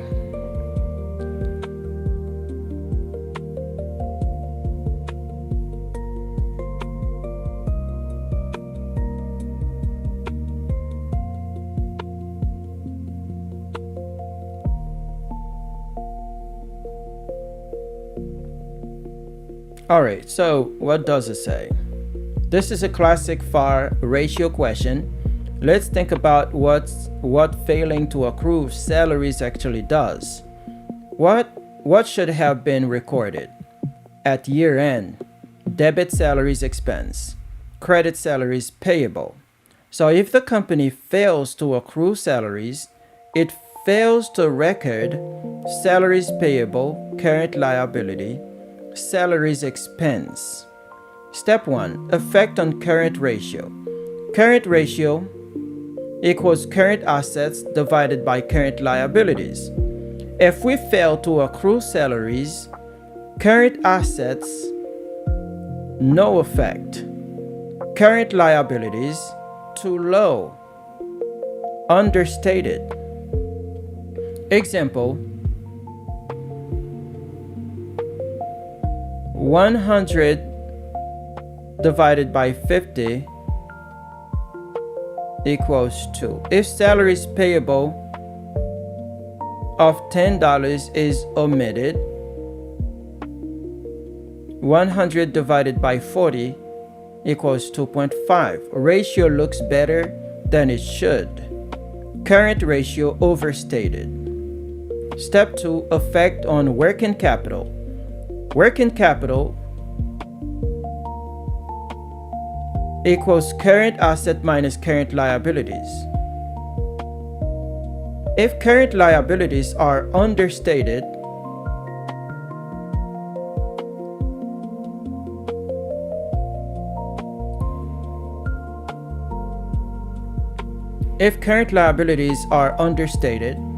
is 100 minus 50 equals 50, but reported as 100 minus 40 equals 60, working capital is too high. Working capital equals overstated. So both are overstated.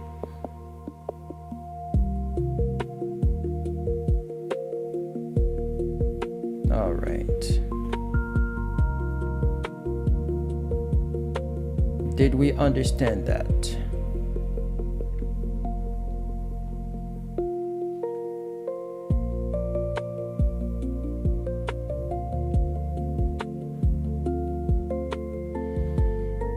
Did we understand it?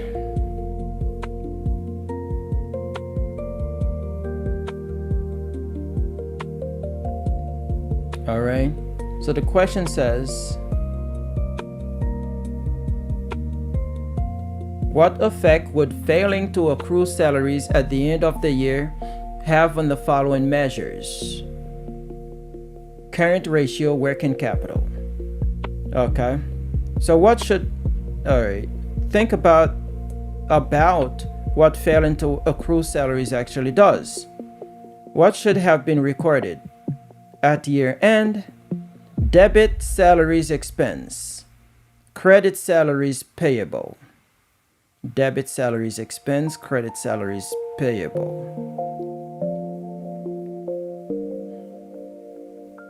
I need a more detailed explanation of debit salaries expense and credit salaries payable to better understand that.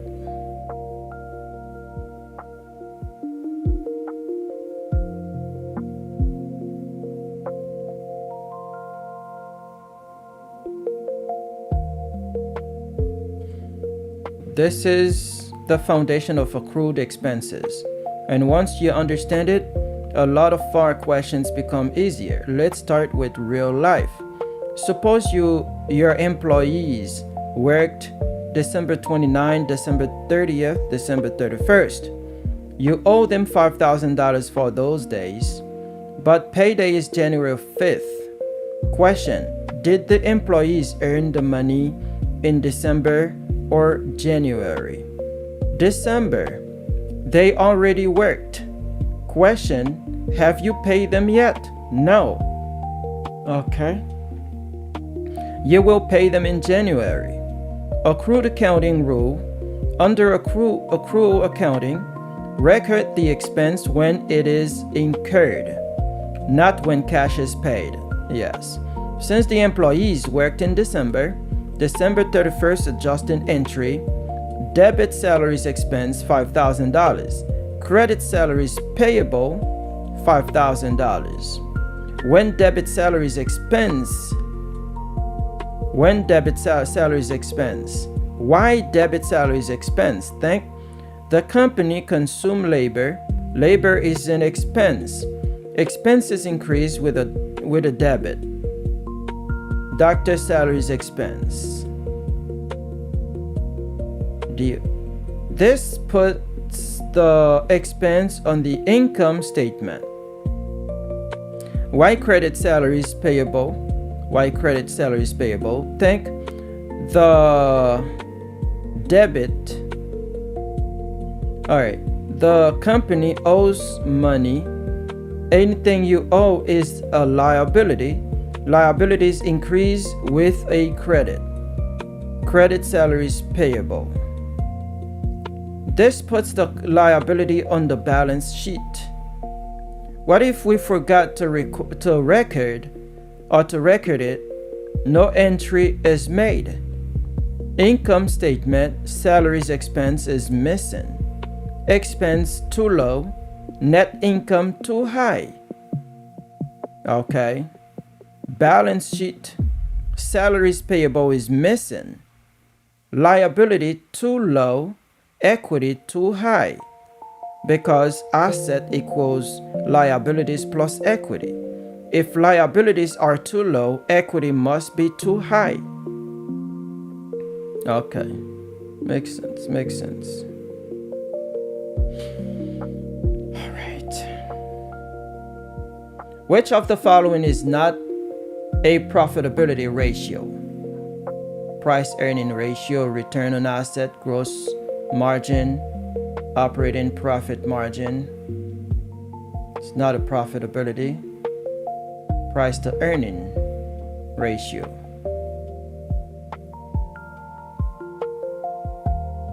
Profit. Price to earning. You have the price to earning. Return on asset is not a profitability ratio. Yes, return on asset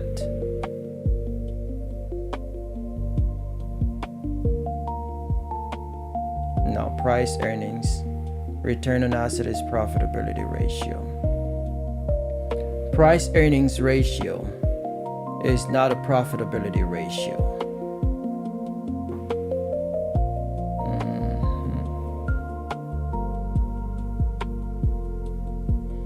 Okay, the answer A is correct. The price earning ratio is a market ratio. It is calculated by dividing the price of a share of stock by earnings per share. So that's not profitability ratio. Okay.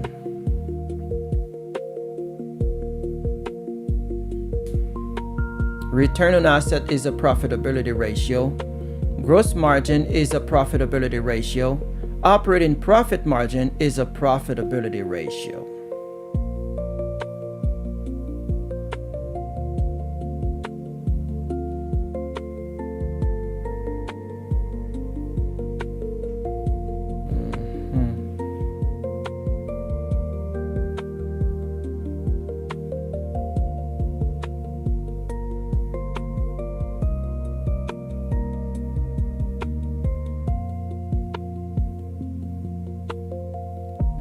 Okay.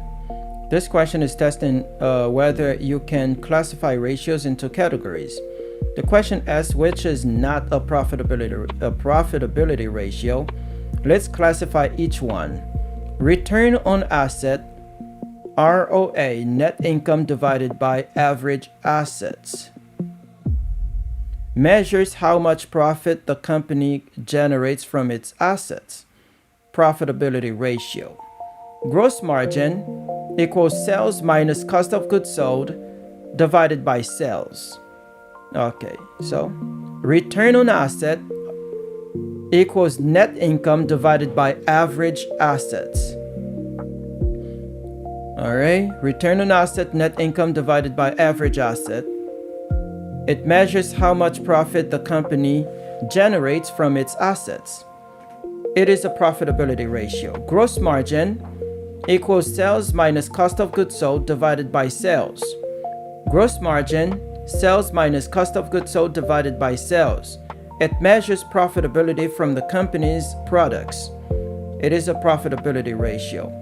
Operating profit margin equals operating income divided by sales.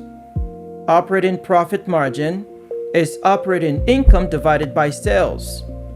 Measures operating profitability. Profitability ratio, yes. Price earnings ratio. This is market equals market price per share divided by earnings per share. Market price per share divided by earnings per share. This does not measure profitability. It measures how much investors are willing to pay for $1 of earnings. This is a market ratio or investor ratio, not a profitability ratio. Okay.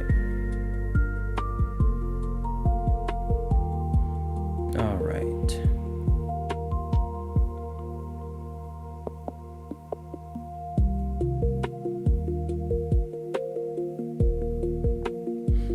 Profitability ratios. Let's stay on that a little bit. Measures how much profit the company makes.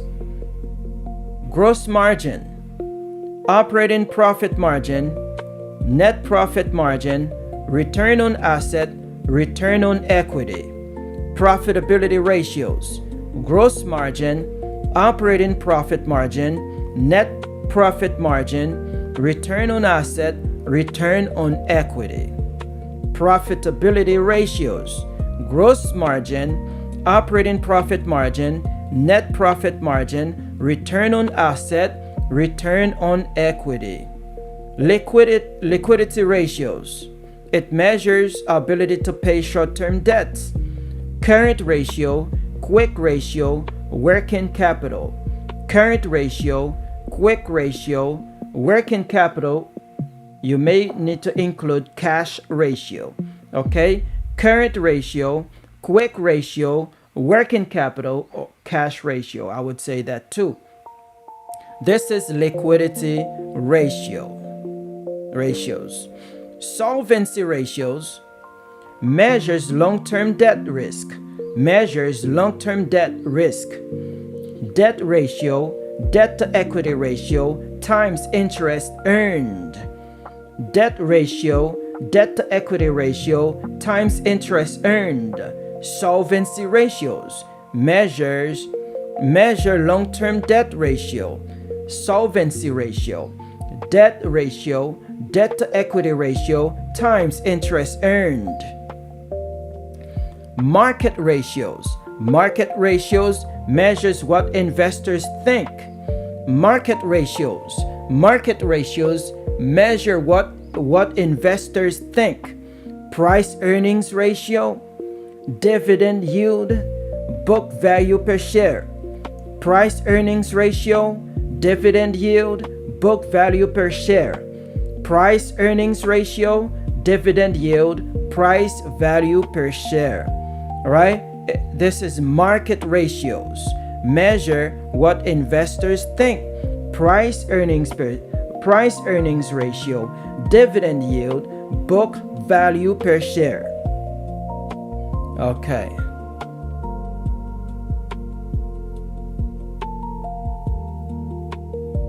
Excellent.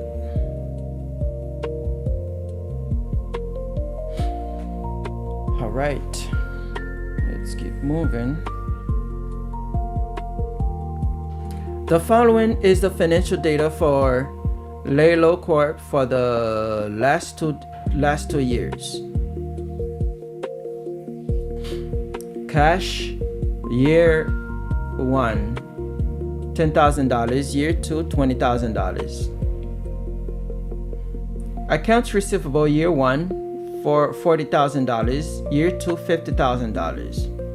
Inventory, year 1, $30,000. Year 2, $40,000. Property, plant, and equipment, year 1, $200,000. Year 2, $250,000. Total assets, year 1, $280,000. Year 2, $360,000. We have more. Current liabilities, year 1, $50,000. Year 2, $60,000. Long-term debt, year 1, $150,000. Year 2, $190,000. Stockholders' equity, year 1, $80,000. Year 2, $110,000. Total liabilities and stockholders' equity, year 1, $280,000. Year 2, $360,000. What? Income statement. Why all other information? What? Now, what's the question? For year 2, calculate inventory turnover for Lalo. Inventory turnover. Inventory turnover. Inventory turnover.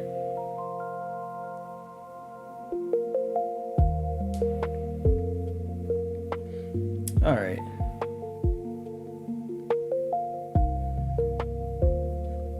What is the formula to calculate inventory turnover?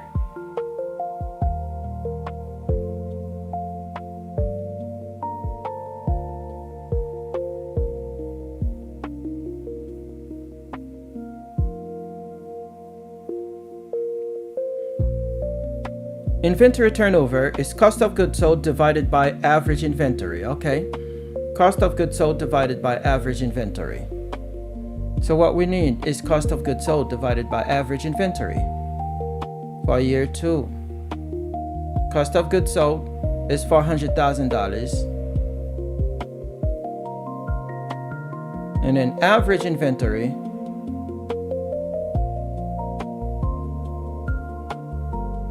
we have accounts receivable, inventory,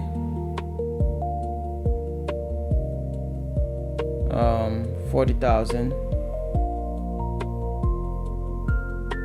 So we're talking about year 2.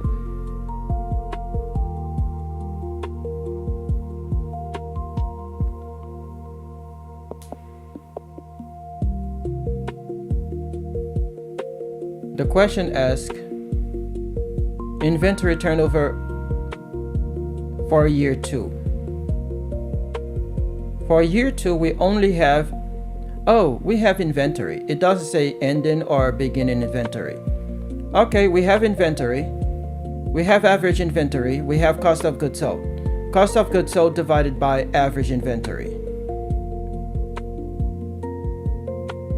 Cost of goods sold, 400,000 divided by 40,000. 10. Okay. Divided by 40,000. It's 10. Yes. They give you a lot of information.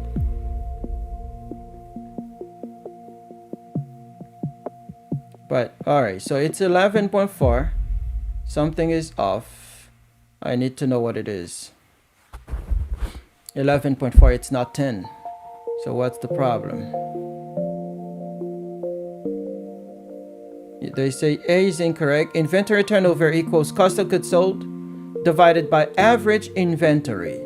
Okay. That's right. Cost of goods sold divided by average inventory. We have cost of goods sold.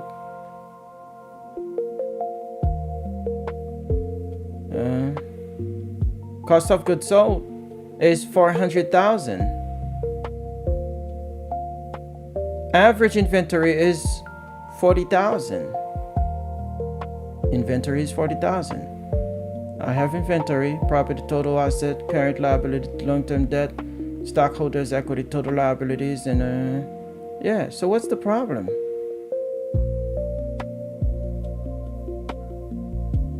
Sales, cost of goods sold, general and administrative expense, interest expense, income tax, net income, depreciation, 25,000, number of shares of stock.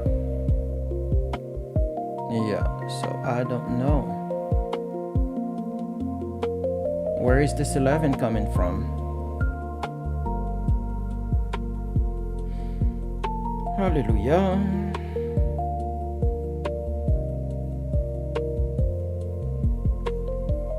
Let's see.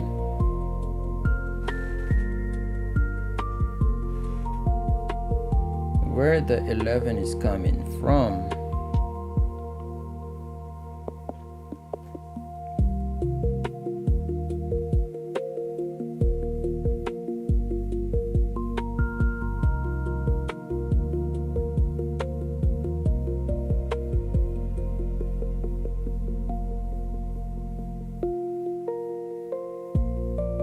Where is the 11 coming from?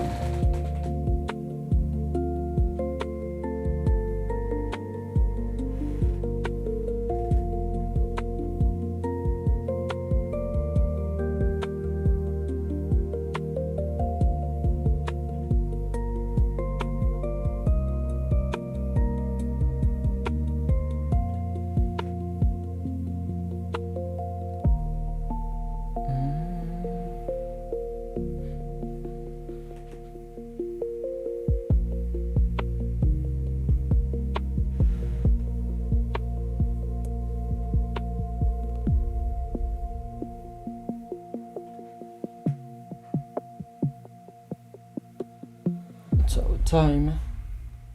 Okay, we have 8 minutes to break.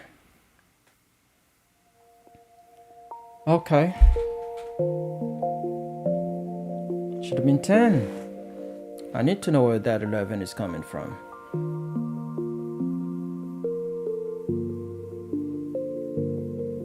What?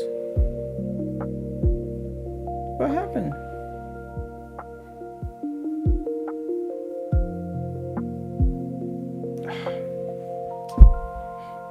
I'm gonna have to read everything.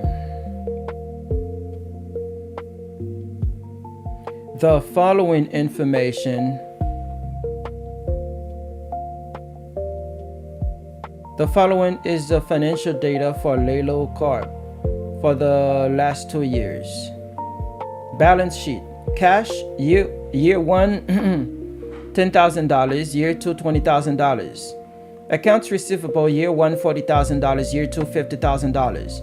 Inventory, year one, $30,000, year two, $40,000. Property, plant, and equipment, year one, $200,000, year two, $250,000. Total assets, year one, $280,000, year two, $360,000. Current liabilities, year one, $50,000, year two, $60,000. Long-term debt, year one, $150,000, year two, $190,000. Stockholders' equity, year one, $80,000, year two, $110,000. Total liabilities and stockholders' equity, year one, $280,000, year two, $360,000. Income statement for year two only: sales, $500,000. Cost of goods sold, $400,000. General and administrative expense, $50,000. Interest expense, $10,000. Income taxes, $10,000. Net income, $30,000. Other information: depreciation expense, $25,000. Number of shares of stock outstanding, 100,000. For year two, calculate inventory turnover for Laylo.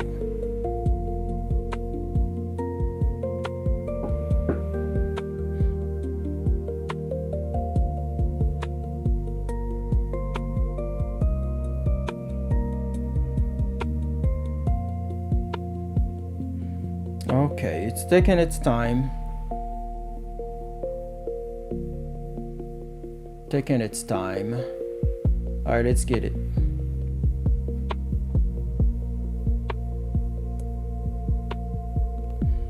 All right, so here is what we got.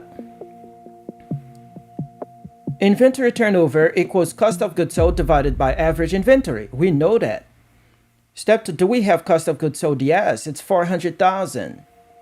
Do we have average inventory? No, but we have beginning inventory, year one, ending inventory, year two.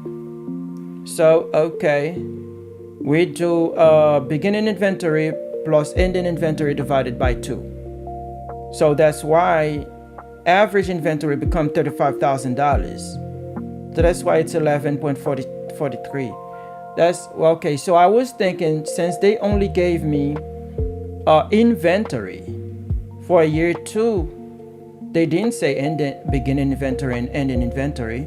They say inventory for year one, inventory for year two. So that was my confusion. Let me ask this. So how do I know that I need to use year one inventory when it doesn't say beginning inventory or ending inventory? And the question is specifically asking me about year two. It's specifically asking me about year two.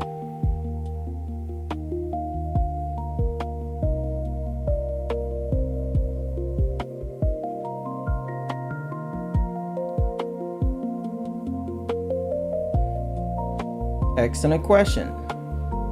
All right, so let's slow down. The question asks, calculate inventory turnover for year two. The formula is inventory turnover, year two, cost of goods sold divided by average inventory. The key phrase is average inventory during year two. Now ask yourself, what inventory existed during year two? At the start of year two, the company already had inventory. That inventory is the amount reported at the end of year one. Okay. So date, end of year one is $30,000. End of year two is $40,000. The end of year one is the same moment as the beginning of year two. Think of it like this: December 31st, year one, $30,000. January 1st, year two, $30,000. Same inventory, same balance. Therefore, beginning inventory of year two is ending inventory of year one. That makes sense. All right, cool. That's what I wanted to understand. Okay, cool. No problem. All right, all right, all right. Oof. This is good.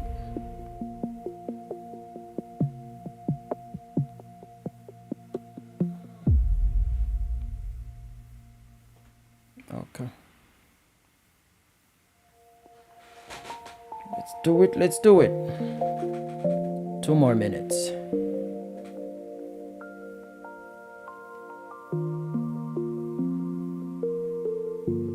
Do 20 questions today. A company has the following information in the financial records. We have cash. All of this. What is the question? What is the company's receivable turnover ratio? Receivable turnover ratio.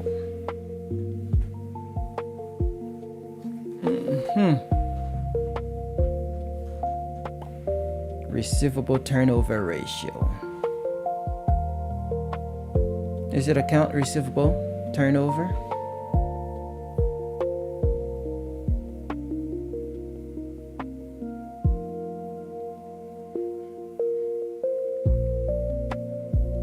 Okay, net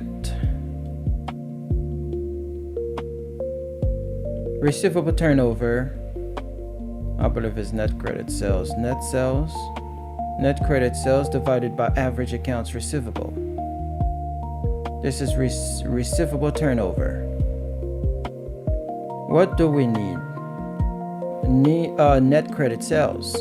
The problem gives net sales, which is $103,000, $103,200. Since no cash sales are given, use net sales. Net credit sales, $103,200. Average accounts receivable. Beginning accounts receivable, $14,600. Ending accounts receivable, $12,900. So it's $13,750. Calculate turnover. Okay, net credit sales divided by average accounts receivable. Receivable turnover, you need to know the formula. Net credit sales. So here they only give me total, they give me net sales. They don't say net credit sales, but they don't say anything about cash either. So once they don't say nothing about cash, we're gonna use this as net credit sales. $103,200 net credit sales. Okay, so receivable turnover is net credit sales divided by average accounts receivable. All right, time is up. All right, everybody, thank you very much for sticking around. I'll see you again tomorrow. Come study with me. Come study with me. We open the books and we keep our feet steady. Let's master our craft. Let's work